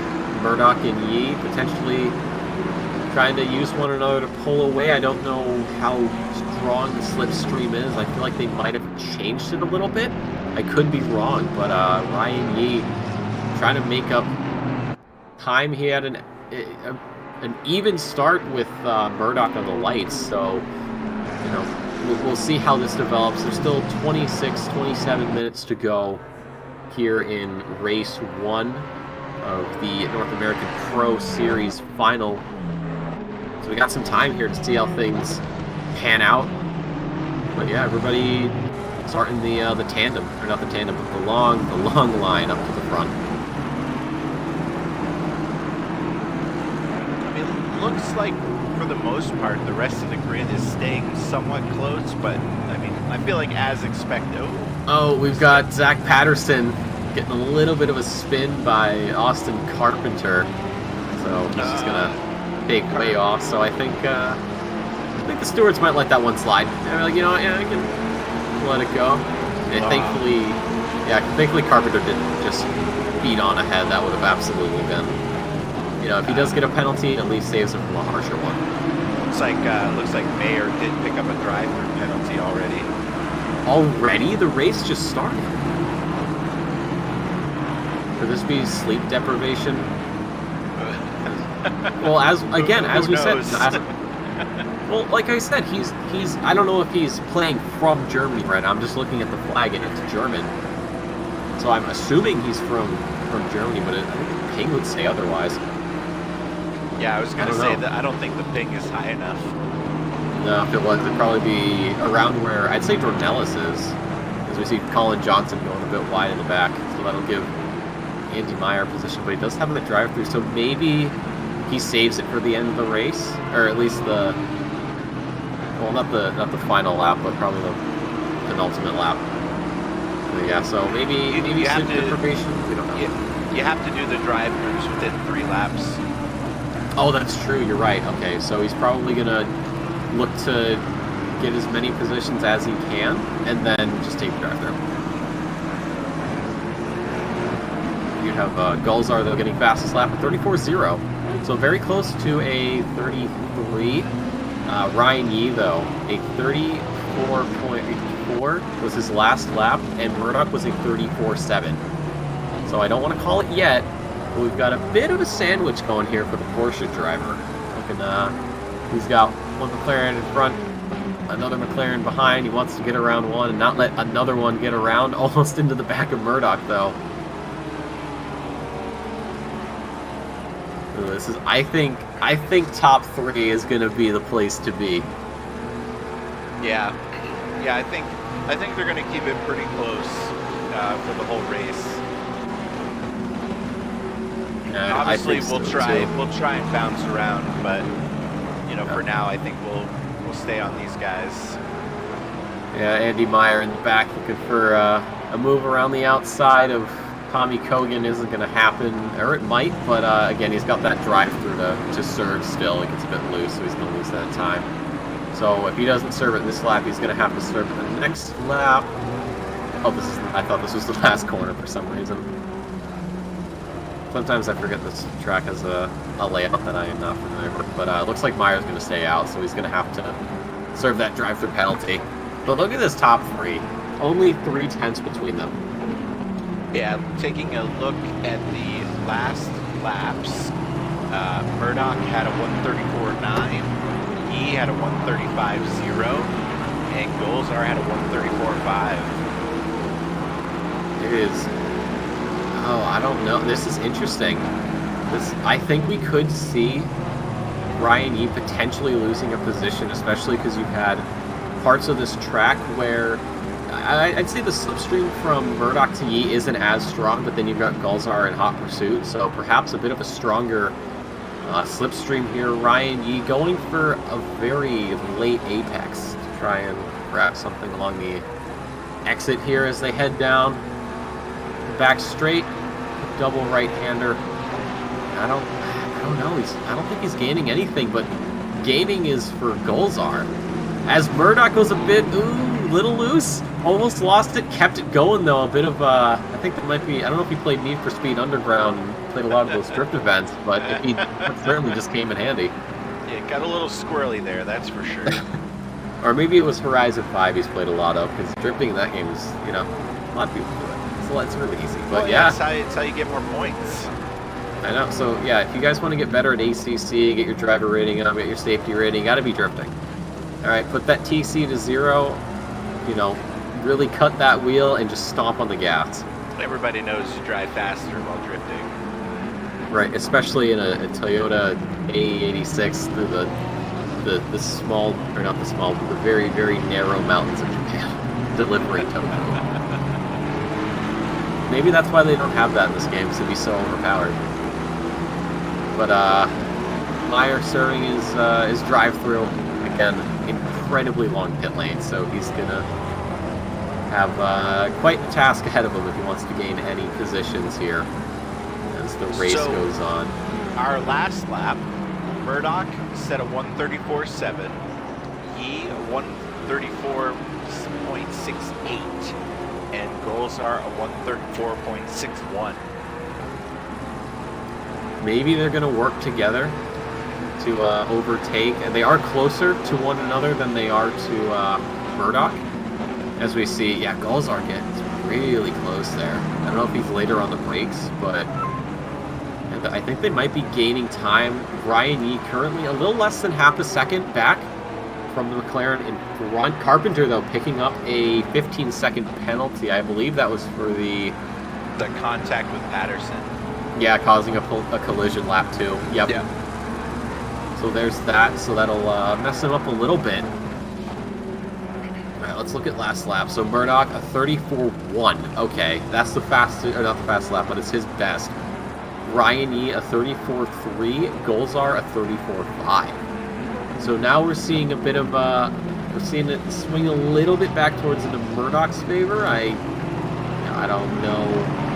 I think that slow lap time from him last lap was due to that drift he had.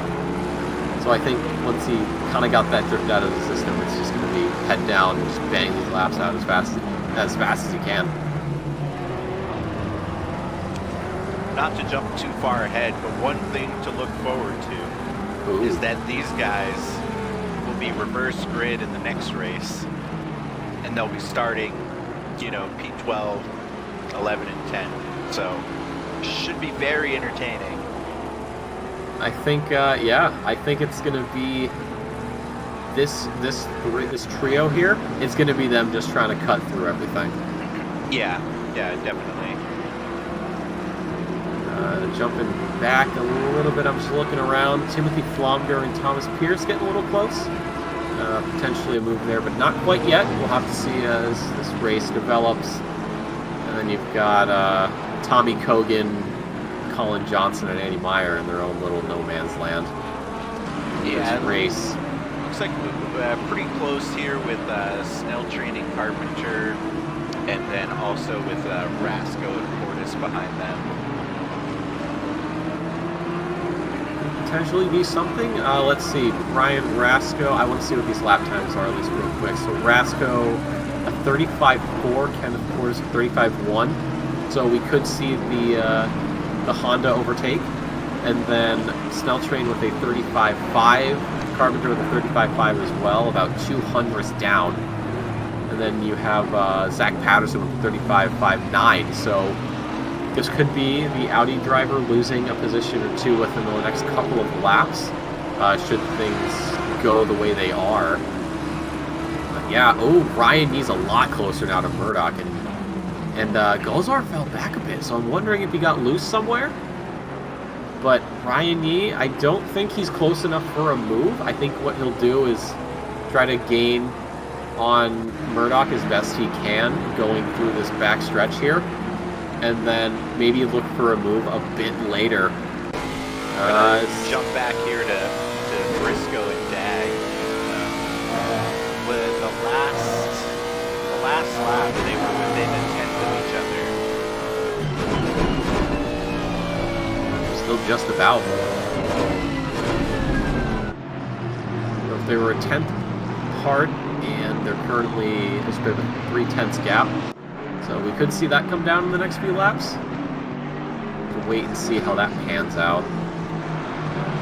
Yeah, we'll keep an eye on them for just a little bit, but we're probably going to jump back up to the front here shortly. I'll keep an eye on it for you. If anything develops, I'll let you know. But yeah, got a couple battles starting to build here. Obviously the one up front for P1, and then we've got what was that, like P9 or P8 working Briscoe. So we could see a few position changes here, but this front trio has just pulled away. They've used one another in their slipstreams just to get away. Dornelis a second and then some behind. So got quite an interesting race on our hands, because Dornelis won't have the slipstream while everyone ahead of him does. I mean, they're just sort of tandem drafting right now. Murdoch cutting through the air, Ryan Yee getting behind that clear space, and then I don't know if there's some air physics I don't know about going on to Golzar. But he's staying roughly in the same distance from Ryan Yee, though. So Yeah. Incredible drives. All of these guys. all together, staying very tight between the three of them. And having, the respect to not go down Ryan Yee, though doesn't get the best exit. That's going to give Hamza Gozar with a run alongside his compatriot going into turn one. He's going to go around the outside. Is he going to have the inside corner? He might. Oh, he's very, very, very close on the inside there, but he's not going to get the move. Ryan Yee holding on to that P2. He's got a bit of an odd exit, and that gave Golzar a chance to get up on him, but could not make the move stick. But while that was happening, Murdoch pulls away, and that gives Dornelis a chance to catch up a bit. He was about a second and then some. Now he's about half a second back. Yeah, definitely puts him back into the equation with them falling back just a little bit. Absolutely. We got a couple battles, though. Keith Briscoe and Thomas Dagg, I had misspoken earlier. They're getting a little bit close, and then Thomas Pearson, Timothy Flomger. So that's about as close as it gets. And then you've got Brian Rasco and Kenneth Portis for P14. So while we've been focusing on the front too, we've had battles kicking up all over the place.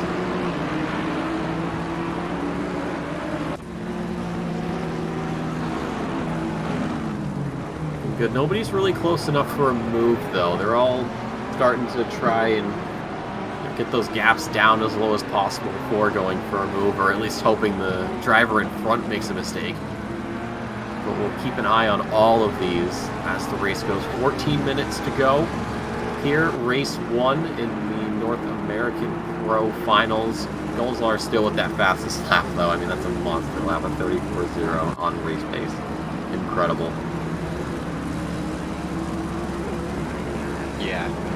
Yeah, I mean, these times, I feel like in general, are just incredibly fast.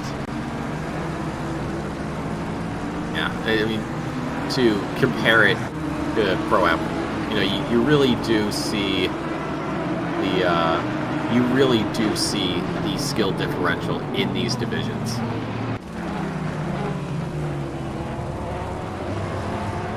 Again, it mirrors real life. They're definitely like at the point where the differences are like tenths, you know, but like that's all it takes to you know, to get to where these guys are. It's just shaving off like a couple of tenths here and there.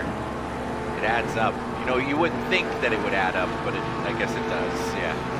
Exactly, and you know, these guys probably obsess over the tracks they have to practice hours upon hours upon hours, all for, you know, like you said, maybe a tenth or two here or there. Right.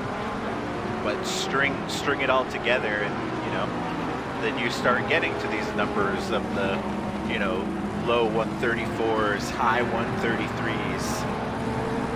It's always, especially when you start to track your own progress, you really do get to see it, because if you kind of just let it happen, you know, and you don't really pay attention to it, you might go, wow, I'm so slow, and you know, I don't know what I'm doing. But in reality, you've gone faster and faster. You know, one of my prime examples was, you know, Spa. I was running like 220s, and then something clicked in my head, and I started running like 218s, 219s consistently.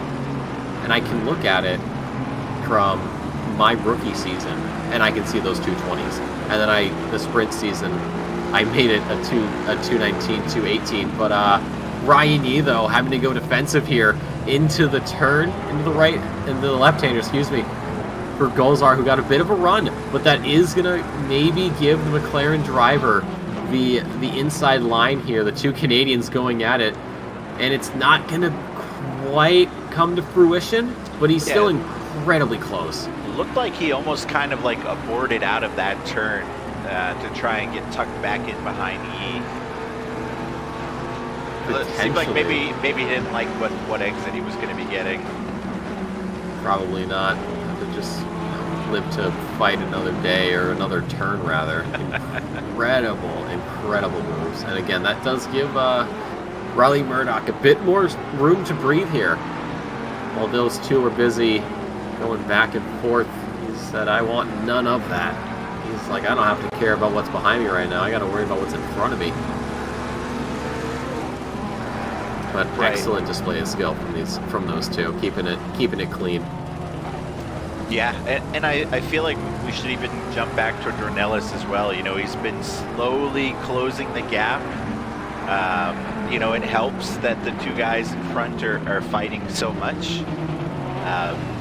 I mean, all last season, you know, we would see Dornelis always in the front. He's winning overall last season. But this year, or this season, we've seen so much in front of him. I never would have expected it after seeing how he raced last season. You know, we've got Yee new this season. I think Murdoch was maybe around a little bit last season. I don't recall. I don't either. Golzar was around, but he had to drop out for a little while because he had gotten married. Oh, wow. Congrats to him. But I mean, it's crazy that you have 3 drivers in front of Dornelis. Yeah, no, when I was in sprint, you saw that McLaren, you just got out of the way. Like, you know what? I don't want to waste his time. I don't want to waste my time. I'm terribly sorry. I will move. Like, but yeah, oh, to see him. Pardon me. Good day. Yeah. How are you doing today? Good? Awesome. Glad. I was just making sure this air was clean for you. But yeah, like you said, seeing him with 3 cars in front, that's a little strange. But then again, Dornelis can be like, yeah, well, you know what? I race in real life, so who's the real winner here? Does he really? Yeah, he does. He actually does. When he goes live, you know, he'll post his stream in the streams channel, and I've checked it out, and he actually does race IRL. That's At least last time I checked. I was jealous. I'm like, man, why can't I do that? It's like, oh, that's right, I'm garbage. Never mind. I mean, that could be a factor. Well, it was certainly a factor last season. Couldn't stand a chance.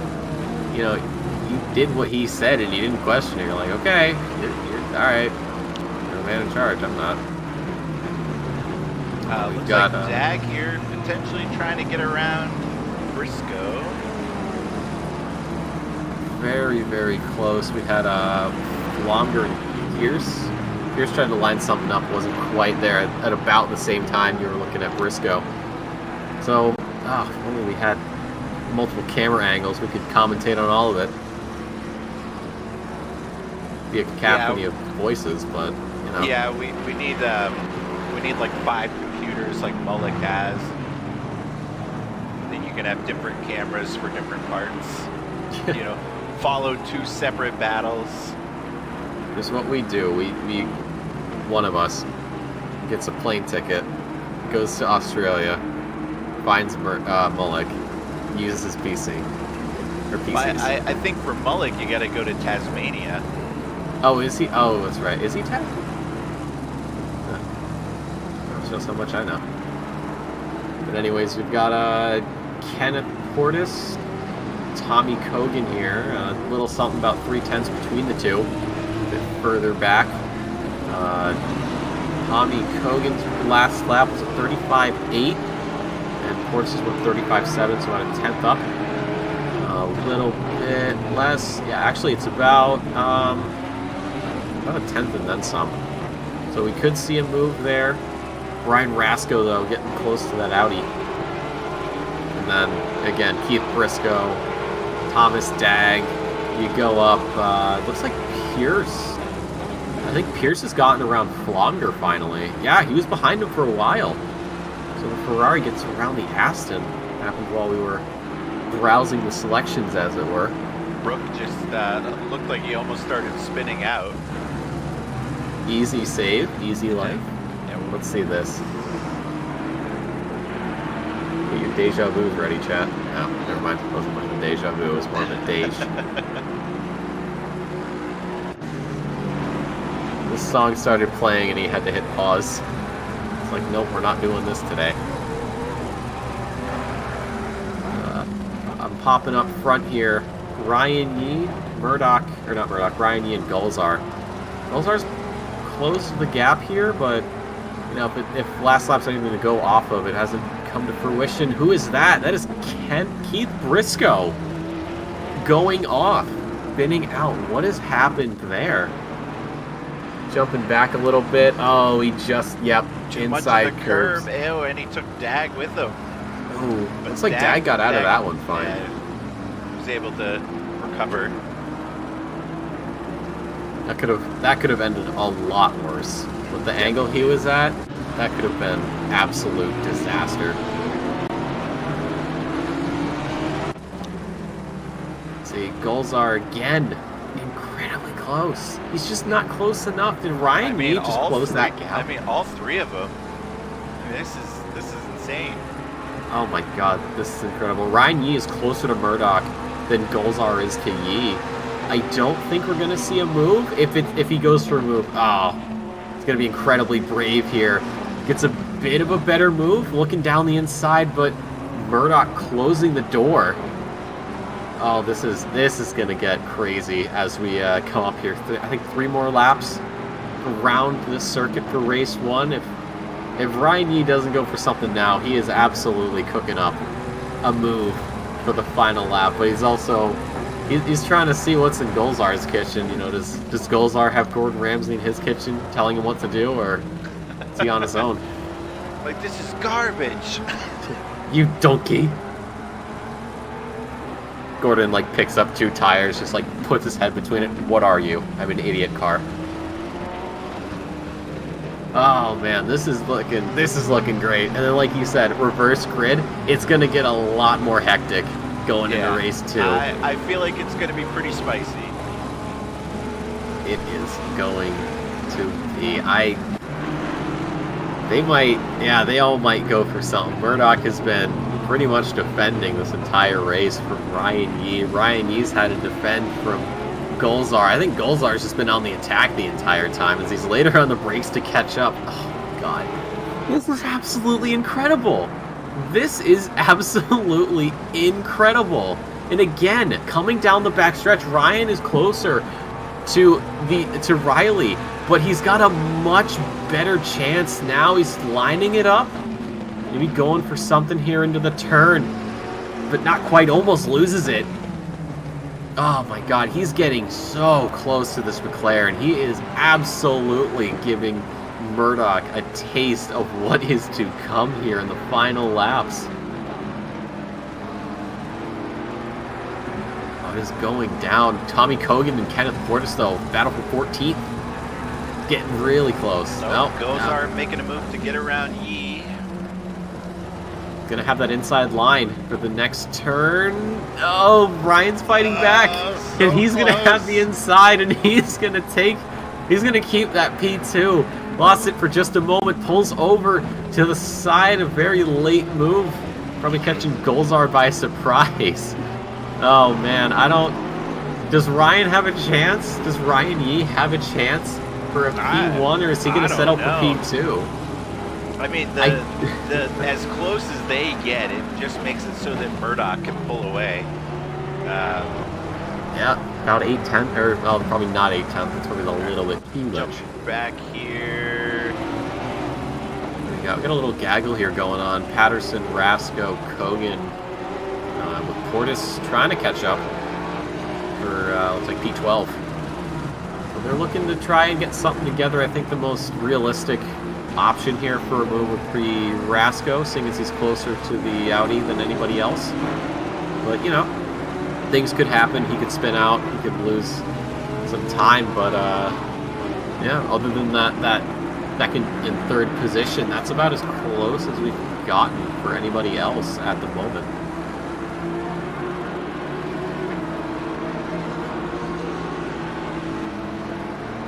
Got a couple people in no man's land, Briscoe, Johnson, and Meyer, all in their own little worlds. Or safety car in its own world, in the pit lane. And here he is, closing the gap yet again to Riley Murdoch. How does he do it? He loses the time, but then gains it back. I don't understand. Murdoch's last lap was a 35-0, and despite Ryan Yee going, you know, head-to-head with Golzar, is a 34-8. So he was 2/10 last lap. Then now Golzar was 35-3. So Golzar's gotten the worst out of everybody. Ooh, I thought about a move down the inside. Oh, he actually might. He ended up braking a little late there. It looks like Golzar, I don't know if he had the better line or not. I think he is going to be able to stay around. He did, brakes later, and kind of got that lineup for the inside turn for here, but where he's been closer to Murdoch, now he's got to worry about Golzar, who's even closer now. I think this is the closest Golzar has been to Yee coming down this back stretch here. Looks like he's going to go for a move around the outside. Can he make it stick? He goes door to door with the Porsche. I don't know if he'll be able to make it stick there. That's a tough spot. It was looking, I could see the bravery shining through, and we're gonna have, I think this is actually the final lap. This is gonna be the final lap. That was the last move that Golzar had in his pocket. But Riley Murdoch, with everything thrown at him from Ryan Yee, is going to come home in P1. Ryan Yee P2, and Gulzar.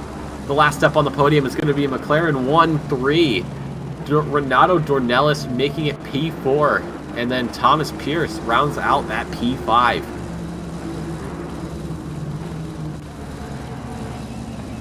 What an incredible showing from that top three.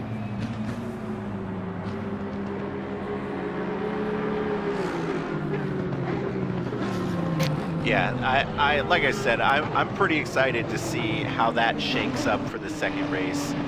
It'll be interesting. I would think that we have enough drivers in this one that they might still do qualifying in between. Well, it's 18 drivers, not counting the safety car. So I guess we'll find that out. would be 6. I don't think so. Maybe it'll be like, because we assumed that last race was going to be a sprint, super sprint, reverse quali or reverse grid kind of deal. But I don't think so. It might. Again, if it does, it's going to be up to the race director's discretion here. Nobody looks like pulling there out of will the be. pits though. Well, No, I don't think they are. I guess they don't with the finals. I guess they just do a reverse grid for the top 12 and then kind of just go from there. I wouldn't know. That's interesting though. So yeah, we're not going to have another qualifying session. Much like the last race, the race director's probably just going over everything. Oh, who's that going out? No, we do have a... Ooh. So we do have... is it going to be a reverse grid? They'll still do reverse grid, but yeah, the folks that are not a part of that are still going to be doing their qualifying session. All right, so it's going to be Austin Carpenter, Keith Briscoe, Kenneth Portis, and we got a Porsche on the move. Tommy Kogan, so it's 4 drivers, and then yeah, it might just be those 4. Oh no, we got the Ferrari of Colin Johnson on the way out, and who's that in 55? Oh, it's Tommy Kogan. I was already on. Okay, so it looks like we may have our 1, 2, 3, 4, 5 drivers. 4 drivers? I can't count. Someone left. We have 4 drivers. 5. Out. 5. I can't count. Okay, so it's Colin. Oh, that's right. Okay, I'm sorry. I don't have eyes. They don't work. Oh, and we've got another car. Oh, that's just a safety car. Never mind. Safety car, you can't put in a qualifying lap.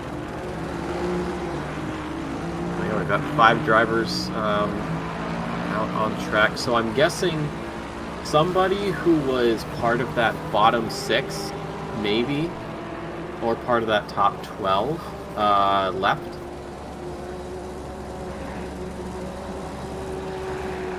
No, it's someone from the bottom 6 because there's 12 drivers in the pit lane from the first race.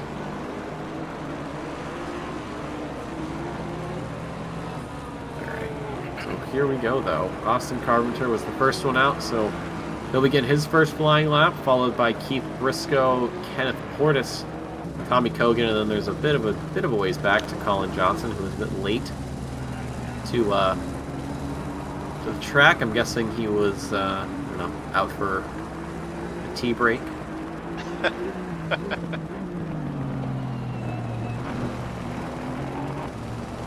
Maybe he was just psyching himself up to get ready for qualifying.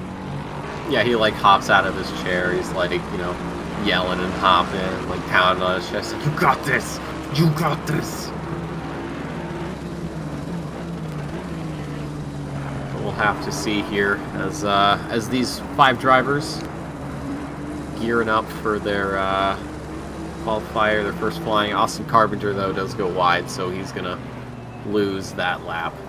So he may pull off to the side to give Keith Briscoe that open air, but I don't think so. I mean, there is enough of a gap to from Carpenter to Briscoe, so I think Carpenter's just going to stay out. He's like, you know what? It's a decent gap. I'm not getting blue flag. Probably, I don't know. I can't tell from my perspective, but that'll give Briscoe the first lap. The first completed lap, unless he somehow goes wide. So we'll see what the pace is at the moment before we get all reverse griddy. Let's see. Keith Briscoe across the line. We'll put in a 135.1. That was a little bit high. And then gonna be Kenneth Portis with a 35.5. And who's next across the line? Tommy Cogan. Colin Johnson going a bit wide, so probably lost that lap. Tommy Cogan keeps it within the bounds of the racetrack. So he's going to go P2, a 35.3. I think Meyer... Was Meyer the one that dropped? No, he was already in here. Okay.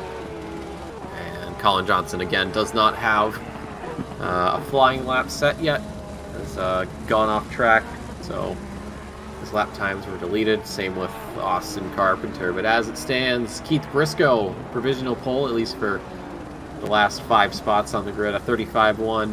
Tommy Cogan with a 35.3, and Kenneth Portis with a 35.5. Oh, who's that? Andy Meyer on the move. Oh, that's right, because he finished in the back, so he's going to get a chance to go out. But I think he's going to have time for maybe 1 or 2 flying laps, and that's going to be it. So he's got to make it count. Yeah, he's probably only going to get 1. Yeah, two at the most. I think I would be pushing it though. Yeah, I mean he's got to spend this lap warming everything up. So maybe he pushes towards the. And Austin Carpenter jumping up to P1 with a 135.0. Keith Briscoe 200th exactly behind, so they're knocking on the door of the 34s. And obviously, you know, we're saying P1, P2, but with the start of the race, they'll be 13th, 14th, and so on. Yeah, just whatever number we say, just add 12 to it. That's asking them to do a lot. Yeah, okay. Yeah, we should be doing the math here. We apologize. Alright, so who's that coming across the line? That is Colin Johnson. The 136.3. So I think he is, well, as it stands, he's the slowest of these 6, but again, Meyer's going to have 1 shot to put a lap in to try and not be in last place, because he's going to cross the line with, what, about a minute 15 or so? Yeah. Yeah, he's going to get the 1 lap. And everyone else is going to have an extra lap to work with. Everybody is pretty much on their final lap here. Andy Meyer comes across. Then you've got Austin Carpenter. Invalid lap, but he will get 1 more chance. I think Colin Johnson might not be able to get another lap in. He's quite far back. So I think he might have just enough time. Tommy Cogan, though, will get another swing at it. Keith Briscoe jumps up to P1 with a 134.6. Not bad. There it is. That's very good. Actually, Briscoe with a 34.8, so he's the second driver to break into the 34s, at least for this little subclass.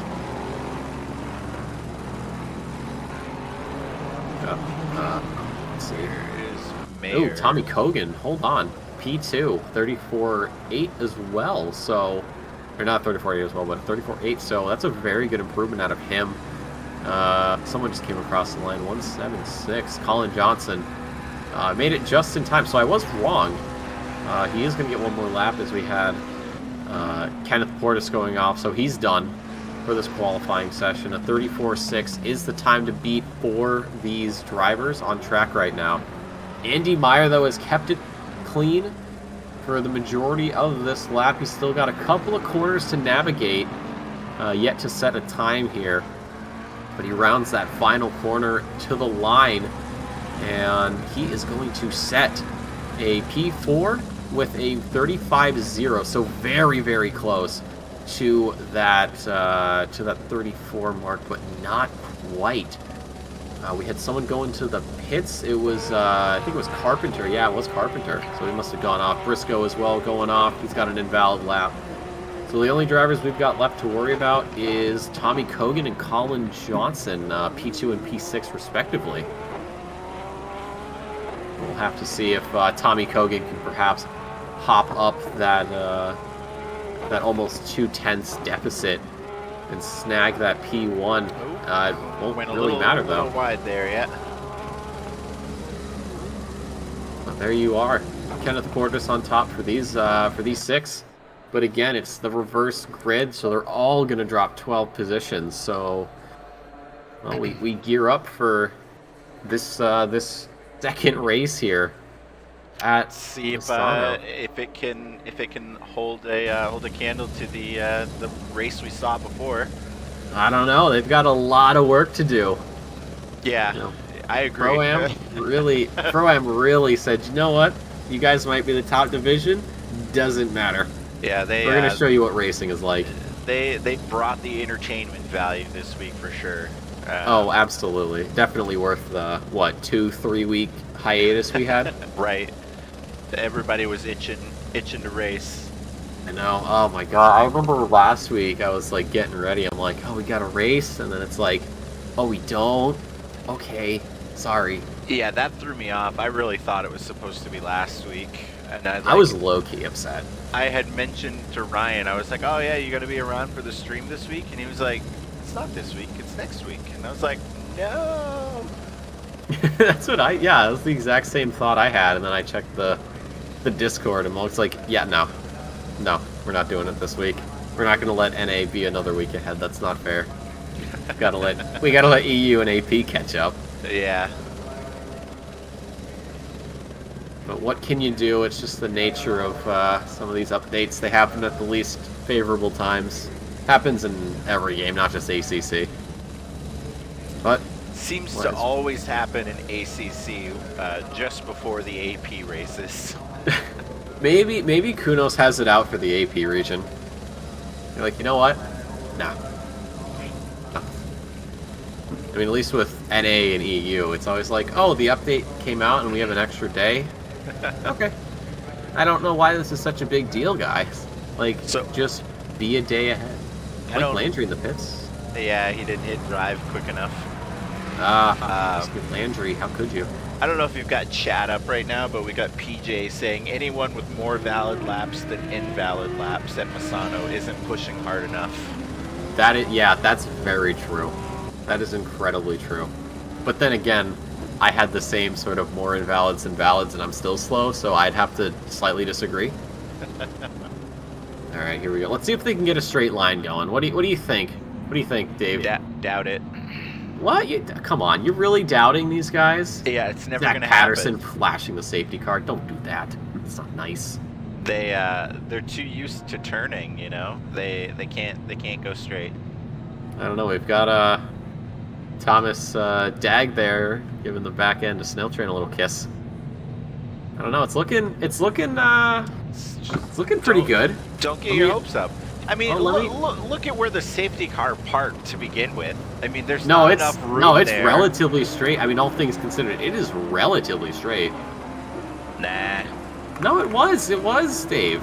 Not all the cars were there. It doesn't matter. They kept the straight line. I checked with the custom cam, whatever it's called. Okay, I checked. I did my homework. Gosh, you doubt me? How dare you? God. It was a straight line. It looked good. Okay, I will leave with that. Look at the safety car warming up the tires, though.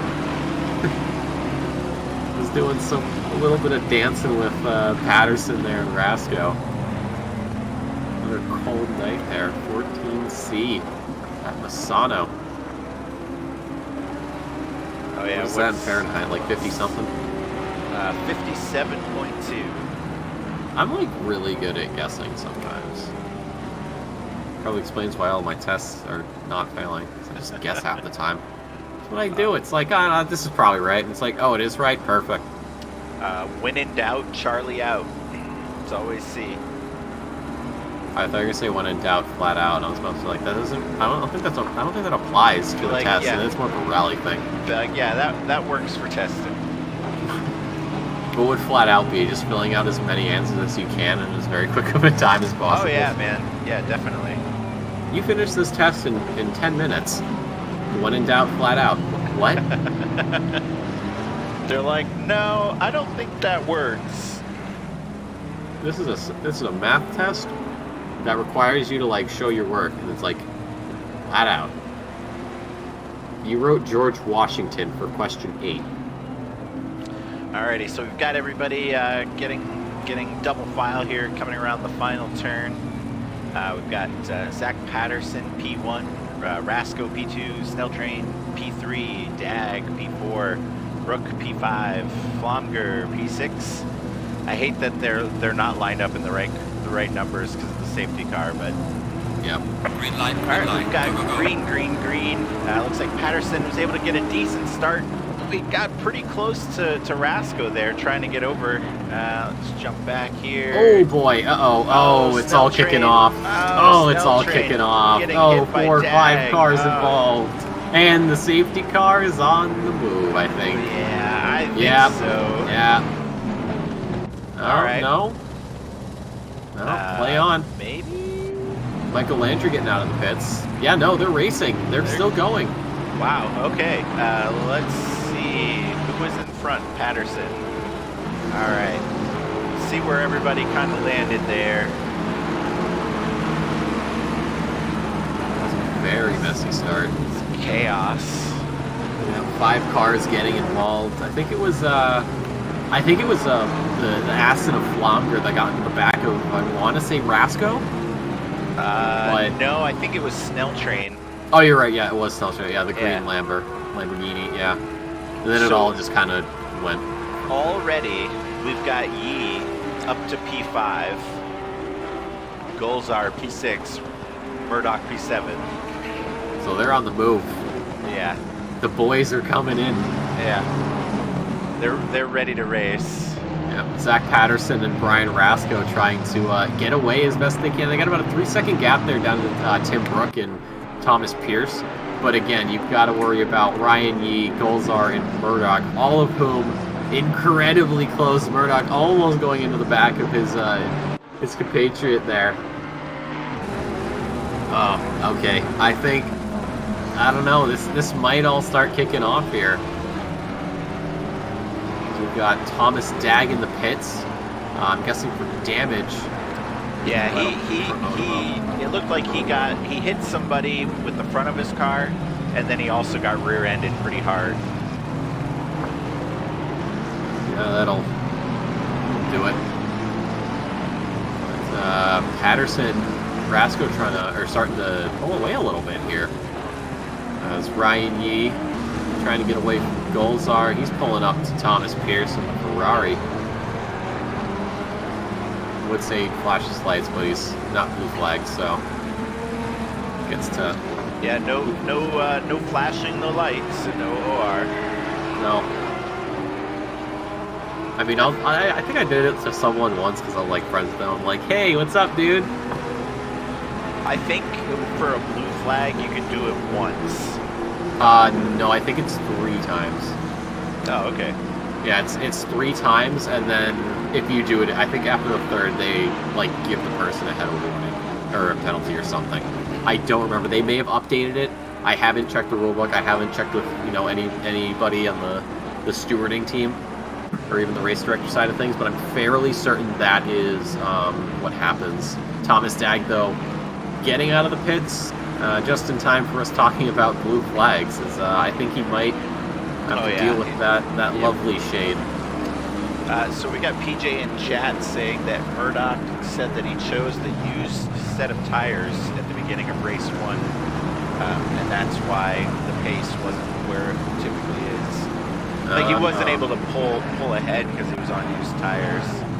Gotcha. Speaking of pulling, Thomas Dag pulls over back in the pits. I don't know what is going on there, but it's starting to. Now falling apart for him. Ryan Yee, though, getting away from Golzar pretty well. And Murdoch's got a decent gap to overcome here, as he's got Renato Dornelis trying to hunt him down with Kenneth Portis in suit. So as it stands at the moment. Oh, hold on. P13, Austin Carpenter, Colin Johnson going door to door here.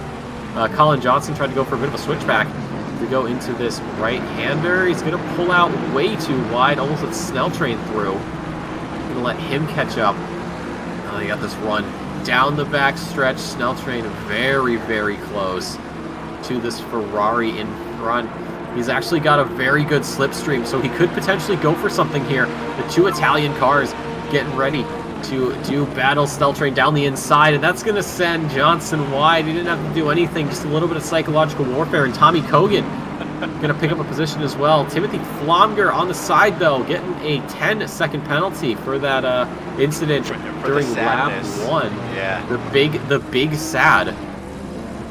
But yeah, you just saw Colin Johnson. He was doing well, just got psyched out by that Lamborghini and is going to lose 2 positions off of it. As we see Thomas Pierce going a bit wide P4, that's going to give Ryan Yee a chance to catch up a bit here. I think Golzar's also done a pretty good job of catching up, and then you've got Murdoch, who's just stuck behind right now. Although that has opened up a gap to Dornelis, who has opened up a gap to Portis. So currently, I feel like pretty much from P5 up to almost P2. Not quite P2 just yet, but it's going to get interesting as Zach Patterson pulls away.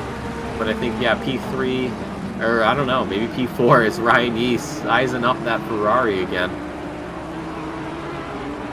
Yeah, I think he's going to get around him. Oh, he's incredibly close. Soon. Yep. Oh, he had that slipstream. He might have pulled out a little too early from it, though, because he doesn't have that top end the Ferrari has. Yeah, he's pulling back a bit. He just let off the throttle a little bit so he can coast into the corner. But, yeah, that does give Golzar a chance to catch up. So now Ryan Yee was all over the back of Pierce, but now he's got to worry about the McLaren from behind. I don't want to count Murdoch out just yet. But as I say that, Golzar gets a bit of a sloppy exit, and Ryan Yee's going to pull away, so now Golzar's got to worry about Murdoch. Oh, this top 3, they're really flexing on each other right now, really saying, hey, it's going to happen. Brian Rasco, Tim Brook also doing a bit of flexing of their own. I think this is going to probably come down to the final laps, though. Tim Brook tries to go down the inside, doesn't make it stick. That's going to give Thomas Pierce a chance to catch up. They could go 3 wide here. And Ryan Yee, this might be a 4-man group. This could be complete carnage or absolute beauty. So we see Tim Brook down the inside, and we see Pierce pulling up right behind the McLaren as the Porsche and the McLaren go door to door here down towards the right hander, towards that long backstretch. Ryan Yee late on the brakes to try and go around the outside of Thomas Pierce. We've got 2 side-by-sides coming up, but they've also got to worry about Golzar, who's caught up to them. And look at this. We've got Porsche, McLaren, Porsche, Ferrari. It could have been Porsche, McLaren. The McLaren and the Ferrari, the inside line down the backstretch, the double right-hander. It's going to be the McLaren of Tim Brook pulling ahead of Ryan Brasco. And we've got Thomas Pierce down the inside of Ryan Yee, who's going to potentially lose a position here to Golzar as he goes down the inside. So Golzar's going to take that P5. That's going to push Ryan back into the waiting hands of Murdoch here. The McLaren's working together. And now look at this tandem line. We've got Ferrari, Porsche, McLaren, Aston, and that's going to be the McLaren of Golzar going ahead. And now the 2 Porsches are going to potentially do battle. But we've got Murdoch there in the McLaren looking for a bit of a move. Renato Dornell is potentially going to pick up some scraps here. Ryan Yee goes around the outside of Rasco, and now it's Golzar, or Murdoch, excuse me. Nick, who's looking for a bit of a move. Take a breath. What is breathing? I don't know what that is. Oh I don't God. believe in breathing. Yeah, oh my God, what an absolute battle here. It's kicking off. And that's, while we were discussing all that, Zach Patterson's pulled ahead. He's got a 3-second gap here. This is great for him. Yeah, oh my God. We did end up losing another driver, but I didn't see who it was. I think, I don't know. It wasn't Landry. I'll try and figure it out.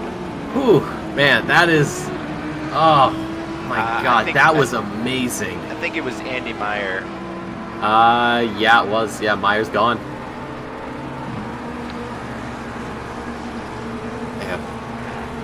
Yeah, I mean, I can't believe just one lap ago it was so close, and now they've already spaced back out. I mean, good for you. You can take a breath, take a break. Thank you, thank you. Oh my God, looking back a little bit, Murdoch getting pushed a little wide. Trying to get around Rasco. Also got Dornelis close behind. Hopefully, you know, be able to get pulled along to also get by Rasco. Potentially, I think he had a bit of a slipstream there. I think he pulled out of it. He was a little too close. He actually almost goes into the back of the Porsche there. But Murdoch finally getting around Rasco. He was there for a while too, I think. Oh, Dornelis and Kenneth Portis. Uh-oh, that almost got a bit. That got a bit scary. Yeah, getting a little spicy back there, trying to cut, you know, lock him out. Gentlemen, there's still 20 minutes. Come on. I mean, we did discuss, hey, could these guys give us a show as well as Pro-Am? And I'd say for right now they're doing a pretty decent job, pretty stellar set of battles there. So we could see a potential. I don't know. Do you think they could do better than Pro-Am?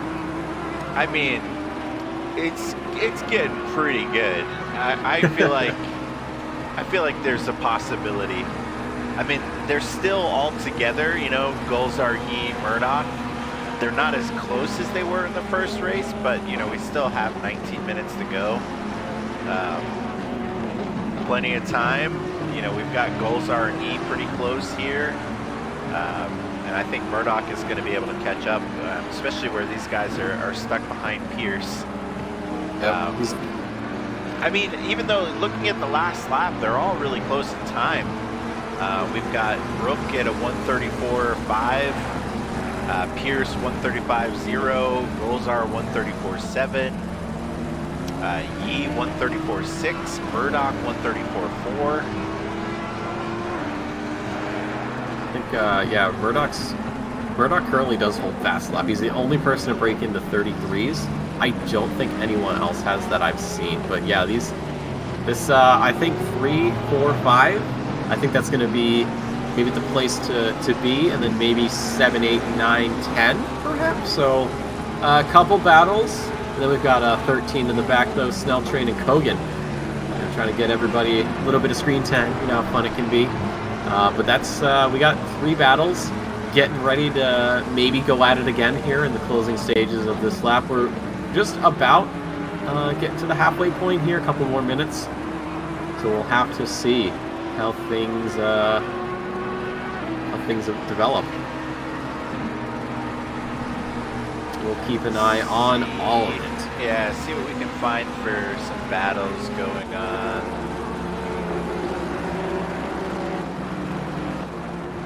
So everybody's got a pretty good gap. Kogan's relatively close here to Snell Train. I think they're all calming down right now. Like, all right, we may have lit a couple fireworks. We can, you know, light off a few more later. Yeah, they're pretty gassed at this point. They gotta recuperate a little bit, recharge the battery.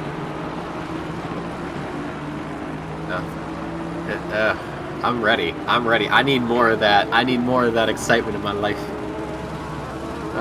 Brian Rasco, though, Dornelis inching his way forward. He's not quite close enough for a move, but he's eyeing it up. He's thinking, all right, where can I get him? You know, I don't know how it's been for him the whole race, but I'm sure he's been taking mental notes of how Rasco has driven this race. Figure out, you know, oh, am I faster here? Am I slower there? You know, if I'm slower in this part, what parts can I, you know, speed up on to try and close the gap? But Snell Train pulling away from Kogan. So yeah, it's basically just this 7-8 battle, and then the 9-10, and then up the grid is pretty quiet though. Zach Patterson, I think a couple laps ago was about 2 seconds ahead of Brook. And now it's just about 8 tenths. So throughout the course of this race, Patterson has been slowing down a bit. So I think depending on how this goes, we could see 1, 2, 3, 4, 5 all going at it again, or at least five drivers going at it. Yeah, looking at the times, definitely a possibility. On that last lap, Patterson was a 35.2, Brook a 34.4, Pierce 34.5. Oh boy! So wow. yeah, Patterson is definitely losing speed. So probably only a matter of time before they get by him. But obviously got to get by him cleanly to make it worthwhile. Right. We already had our bumper cars at the start. We can't do it again. We can't pay for double admission. That's not fair. But yeah, Tim Brook closing in. It's about 4/10 now. So since the last time we checked, he's gaining 4/10. So cutting that gap in half as we reach the halfway point here of this race. Ooh, what is this gaggle back here? Hold on, Renato Dornelis and Kenneth Portis. Oh no, I thought it was going to be something, but they teased me. But that does give Flomger a chance, although he does have that 10 seconds, so any move he get might soften the blow of that penalty. And then we've got Kogan catching up with Snell Train once more. I mean, he's eyeing it up. And oh, this is getting spicy up front. Okay, alright, hold on. Tim Brook almost went for a move on Patterson. That gave Pierce a chance to try and weasel his way inside. Not quite. He's close behind. He's going to maybe look for something, if not into these corners, the next few, or maybe even just wait until the backstretch comes up and go for a move there. But look at this group of 5. This is incredible. Less than a second between all of them. Thomas Pierce goes wide, and that gives Golzar a chance, but Tim Brook up ahead, looking for a move around the outside of the Porsche. It's not going to happen. That's going to give the Ferrari a chance. Down the inside, it's going to be Pierce trying to take that position away from Brook. But Brook's going to keep that P2, and oh my God, it's all catching up. He goes wide. Pierce, he's going to move down the inside. Not quite close enough, but it doesn't matter. He might get him on the exit. He's incredibly close. He has the blinker on. Sir, this is not the highway. You're not changing lanes, but I like the enthusiasm. And Pierce keeps him at bay, but he goes wide, and now Golzar is getting a move on Brook. And Ryan Yee close in the picture. Same with Murdoch. Oh, this could be a McLaren battle that is to remember. As Brook defending on the inside, he keeps it pinned to the apex. He doesn't want to give Golzar a chance. Ryan Yee almost going into the back there, and that's going to give Murdoch a chance to catch up. So now Murdoch and Yee are going to go door to door here. Almost just about going into the long right-hander. And now it's onto that back stretch. Zach Patterson, though, he has a gap to Thomas Pierce, so he doesn't have to worry about it yet. Tim Brook has to worry about the two McLarens behind him with the Porsche in between, but nobody's really close to make a move. We'll see going into this, the braking zone, if anybody's brave enough for a move down the inside. The only person close enough is Riley Murdoch, but Riley's going to back out of that one, saying, not yet, not quite, I've got time. There's still 13 minutes to go, and then you go back, Ryan Rasco and Dornelis trying to get together, but not quite. But this is really just starting to go off. It's going off, and I love it. Yeah, I mean, I think similar to last race, the person in first is benefiting from the battles behind them. Because, we can look at the times. Patterson is a bit slower than the drivers behind him, but they're so focused on trying to get around each other that it just gives him more room to try and keep ahead as best he can.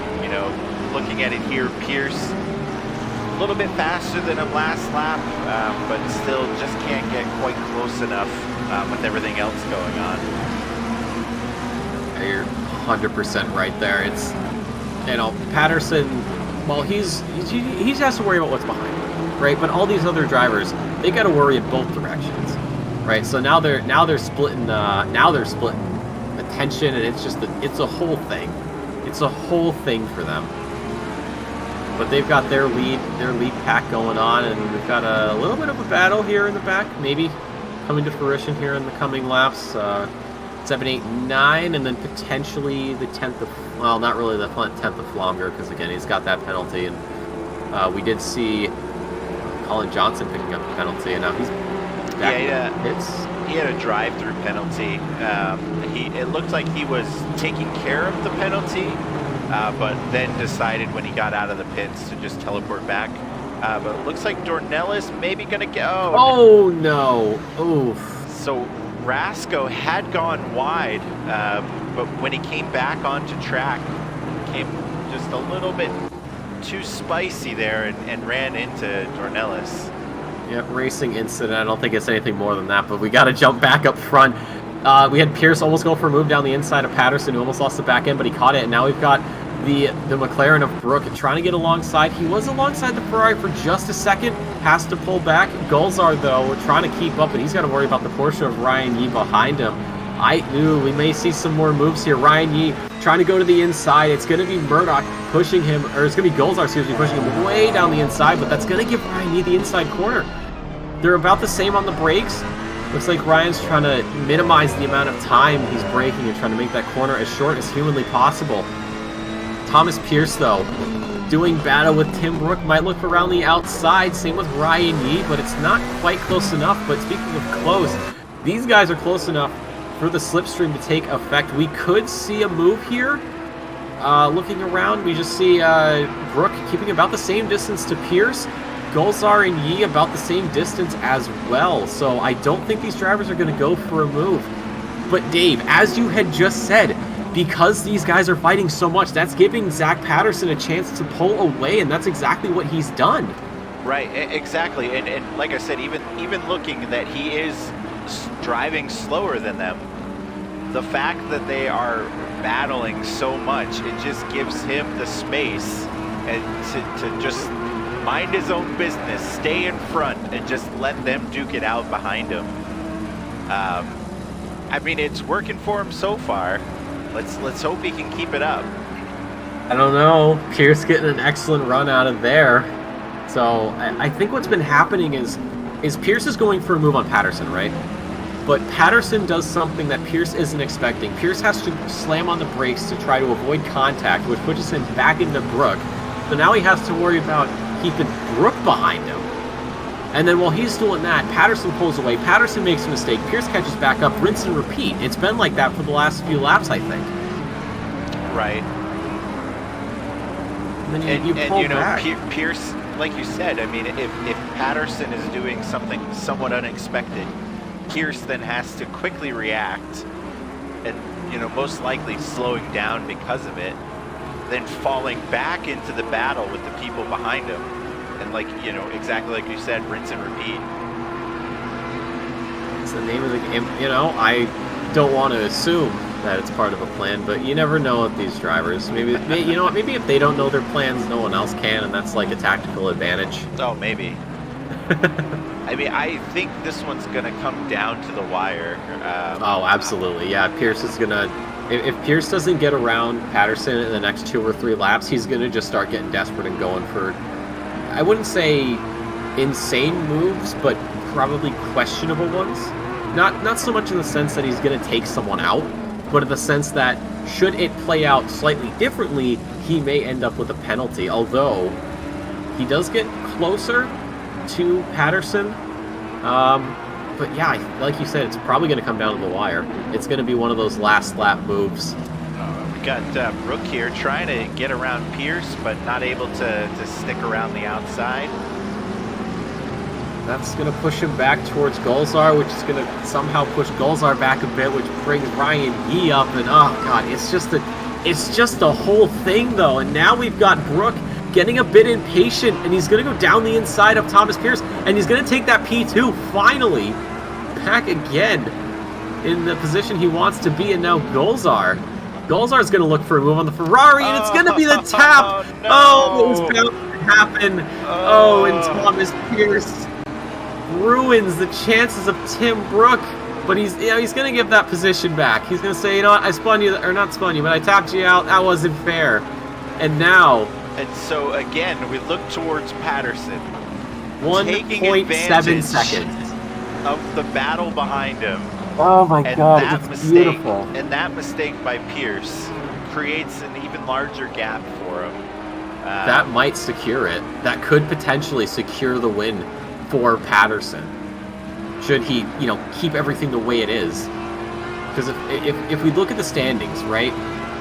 We've got Zach Patterson, who is currently sitting In the points, he is, as it stands, without the update from race 1, he is dead last with 36 points.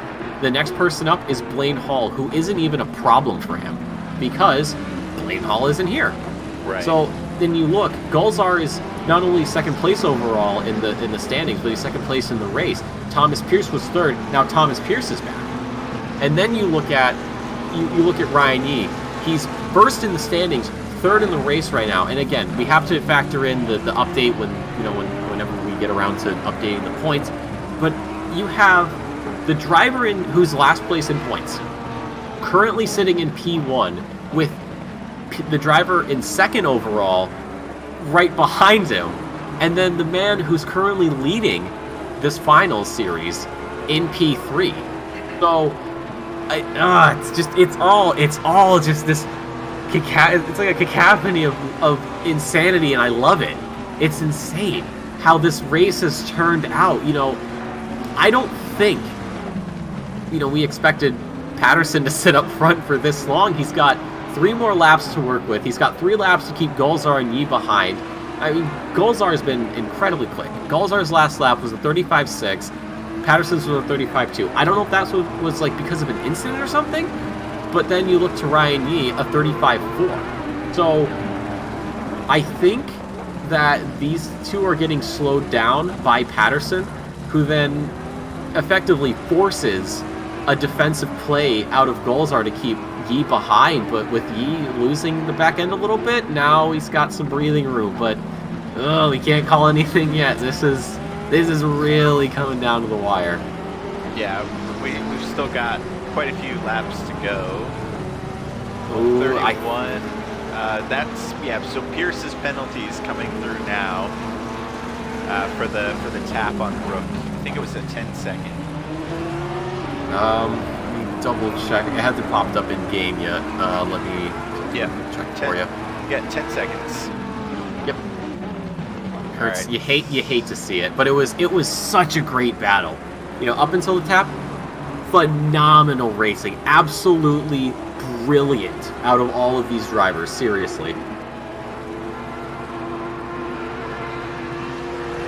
Patterson though holding on for dear life. He's got, I think, 2 more laps to keep that Audi up front. But he's got to worry about Gulzar, who's he is right on the close. It's like you said, it's coming down to the wire. These drivers are gonna get desperate. They're gonna start going for moves. And even we could see it back there. Gulzar really had to slam on the brakes to not hit Patterson. I really just don't know where they're going to end up here. I mean, we expected to see Gulzar, Yee, and Murdoch together. No matter where they ended up, they were going to be, as close as they are now. Patterson, very impressive, took advantage of the position from the reverse grid, and has been really impressive so far to hold on. I mean, he's down to, just over 2 minutes left. So probably 2 or 3 laps to go. No, he's going to have 1 more lap. There's going to be 1 more lap after this, because if they're running 135s, and you look at where they are now, there's 2:10 left on the clock. By the time they come back around, it's going to be the final lap, which means Patterson's going to have to hold it together for another minute and 35 seconds, while Gulzar has to worry about Yee, and you have Murdoch just close enough. So if these two scrap a little too much, he could potentially pick something up. That gap, though, now, just about half a second, 6/10 give or take, and then you've got another half second down to Murdoch from those two. So as they come around here, this final set of corners to finish out this 3rd sector, we're going to go on to the final lap, and Patterson's going to have to keep it all tied down for 1 more lap. But Gulzar is going to be thinking about a move, waiting for some sort of mistake. And Honestly, that Ryan Yee's waiting for something, and now Murdoch's waiting for something. Exactly. I was going to say, you have to consider all 3 of them. They're all just waiting for the person in front of them to make a mistake. And Patterson probably just like, please, dear God, keep me in front for 1 more lap. That's all I ask. He's getting really, really friendly with the spirits. I think he may have, I mean, if he wasn't a religious man, he might be right now. Yeah, praying to the car gods right now, and the Kunos gods. Oh, absolutely. We got a just quick sidebar, 5 second for Tim Brook there. I think it was a bit of a bump. Speaking of which, we've got Goldberg. We talked about these desperate last lap moves. He almost takes Patterson out, but now he's going to go back into the waiting hands of Brian Yee. Going around the outside here, we've got penalties all over the place. It has been an absolute blast here. So Patterson starting to pull away now. He's trying to get that gap up. Ryan Yee on the left side there of the McLaren, but he's not going to have that ideal line through this set of turns. He's going to be on the outside, but he's going to be sizing up. He almost goes into the rear left corner panel of the McLaren. They go through. He's going to be a bit later on the brakes here, looking for around the outside. It's not going to happen. Murdoch's going to catch right up. Murdoch almost loses it. Zach Patterson, he's just got a few more corners to navigate. He's so close to victory. He can taste it. Golzar, though, he thinks that, you know what, I'm not going to get P1. I'm going to have to settle for P2, but I got to keep Ryan Yee behind us. Zach Patterson, though, through the final turn here, they threw everything at him. He benefits from the reverse grid, and Zach Patterson, the man who is dead last in the standings, comes across the line and will win the second race here at Misano. Golzar makes it onto the podium with P2, and Ryan Yee, the last step, P3 for him. Murdoch going there for P4, and I think it's going to be potentially Brook or Portis to round out the top 5, but what an incredible race. Oh my god, I think they just did better than Pro-Am. Yeah, I mean, the fact that it came down to the last lap and it got so close. I mean, Golzar almost was able to get around him, but Patterson kept the elbows out, squeezed him in a little bit to force him to hit the brakes and to let off. But man, what a wild finish. He made that Audi as wide as possible. I think the boys at the factory were like, we didn't know our cars could be that wide. But, oh my god, the reverse grid, it helped him. He took off everything. As we talked about, he was creating issues. He was saying, you know what? Or wasn't saying, but he was making these mistakes. And these drivers behind him, they'd have to react. They'd have to slam on the brakes to avoid taking him out, to avoid getting a penalty. And that unintentional strategy effectively gave him the win. You know, we talk about, these drivers they're trying to set up to take this guy at this corner and this guy at that corner, but we never really discuss the whole making a mistake can actually be a benefit. We always talk about making a mistake can be a detriment to your success, but Patterson says no. Patterson says we don't need to do that. We don't need to do it by the books. We can do it how we want, and he pulls out probably one of the most unexpected wins I've ever seen. So I'm thinking because Landry teleported to the pits, maybe it's causing the game to not finish. But so we got Patterson P1, Golzar P2, Yee P3, Murdoch P4, also with the fastest lap, Portis P5, and we'll try and get you the individual. Oh, these guys are all pro, so it doesn't matter. I like it. Next week we are at Spa. Green light. Good old Spa. Bring your raincoat. I'm sure it's going to be raining. I feel like it always rains at Spa on the last race of the season. So we will see you guys next week. And incredible racing by Patterson. Hopefully these guys can bring it again next week, because this was some exciting race. I think some of the most exciting racing that we've had in North America this season happened in both race twos for this week. I think I'd have to read these last. Race one is always kind of like, slow. It's like, yeah, you got the guys who, quali really well, and, they just run off and do their own thing. But with this reverse grid, now not only do they have to work from, further back than they would like, but now they've got to cut through drivers who are probably going to be slower than them. So I would be amazed if we saw something even better next week. Definitely. So that's going to be it for us tonight. So we'll see you guys next week. Everybody have a good night. Have a good night, everybody.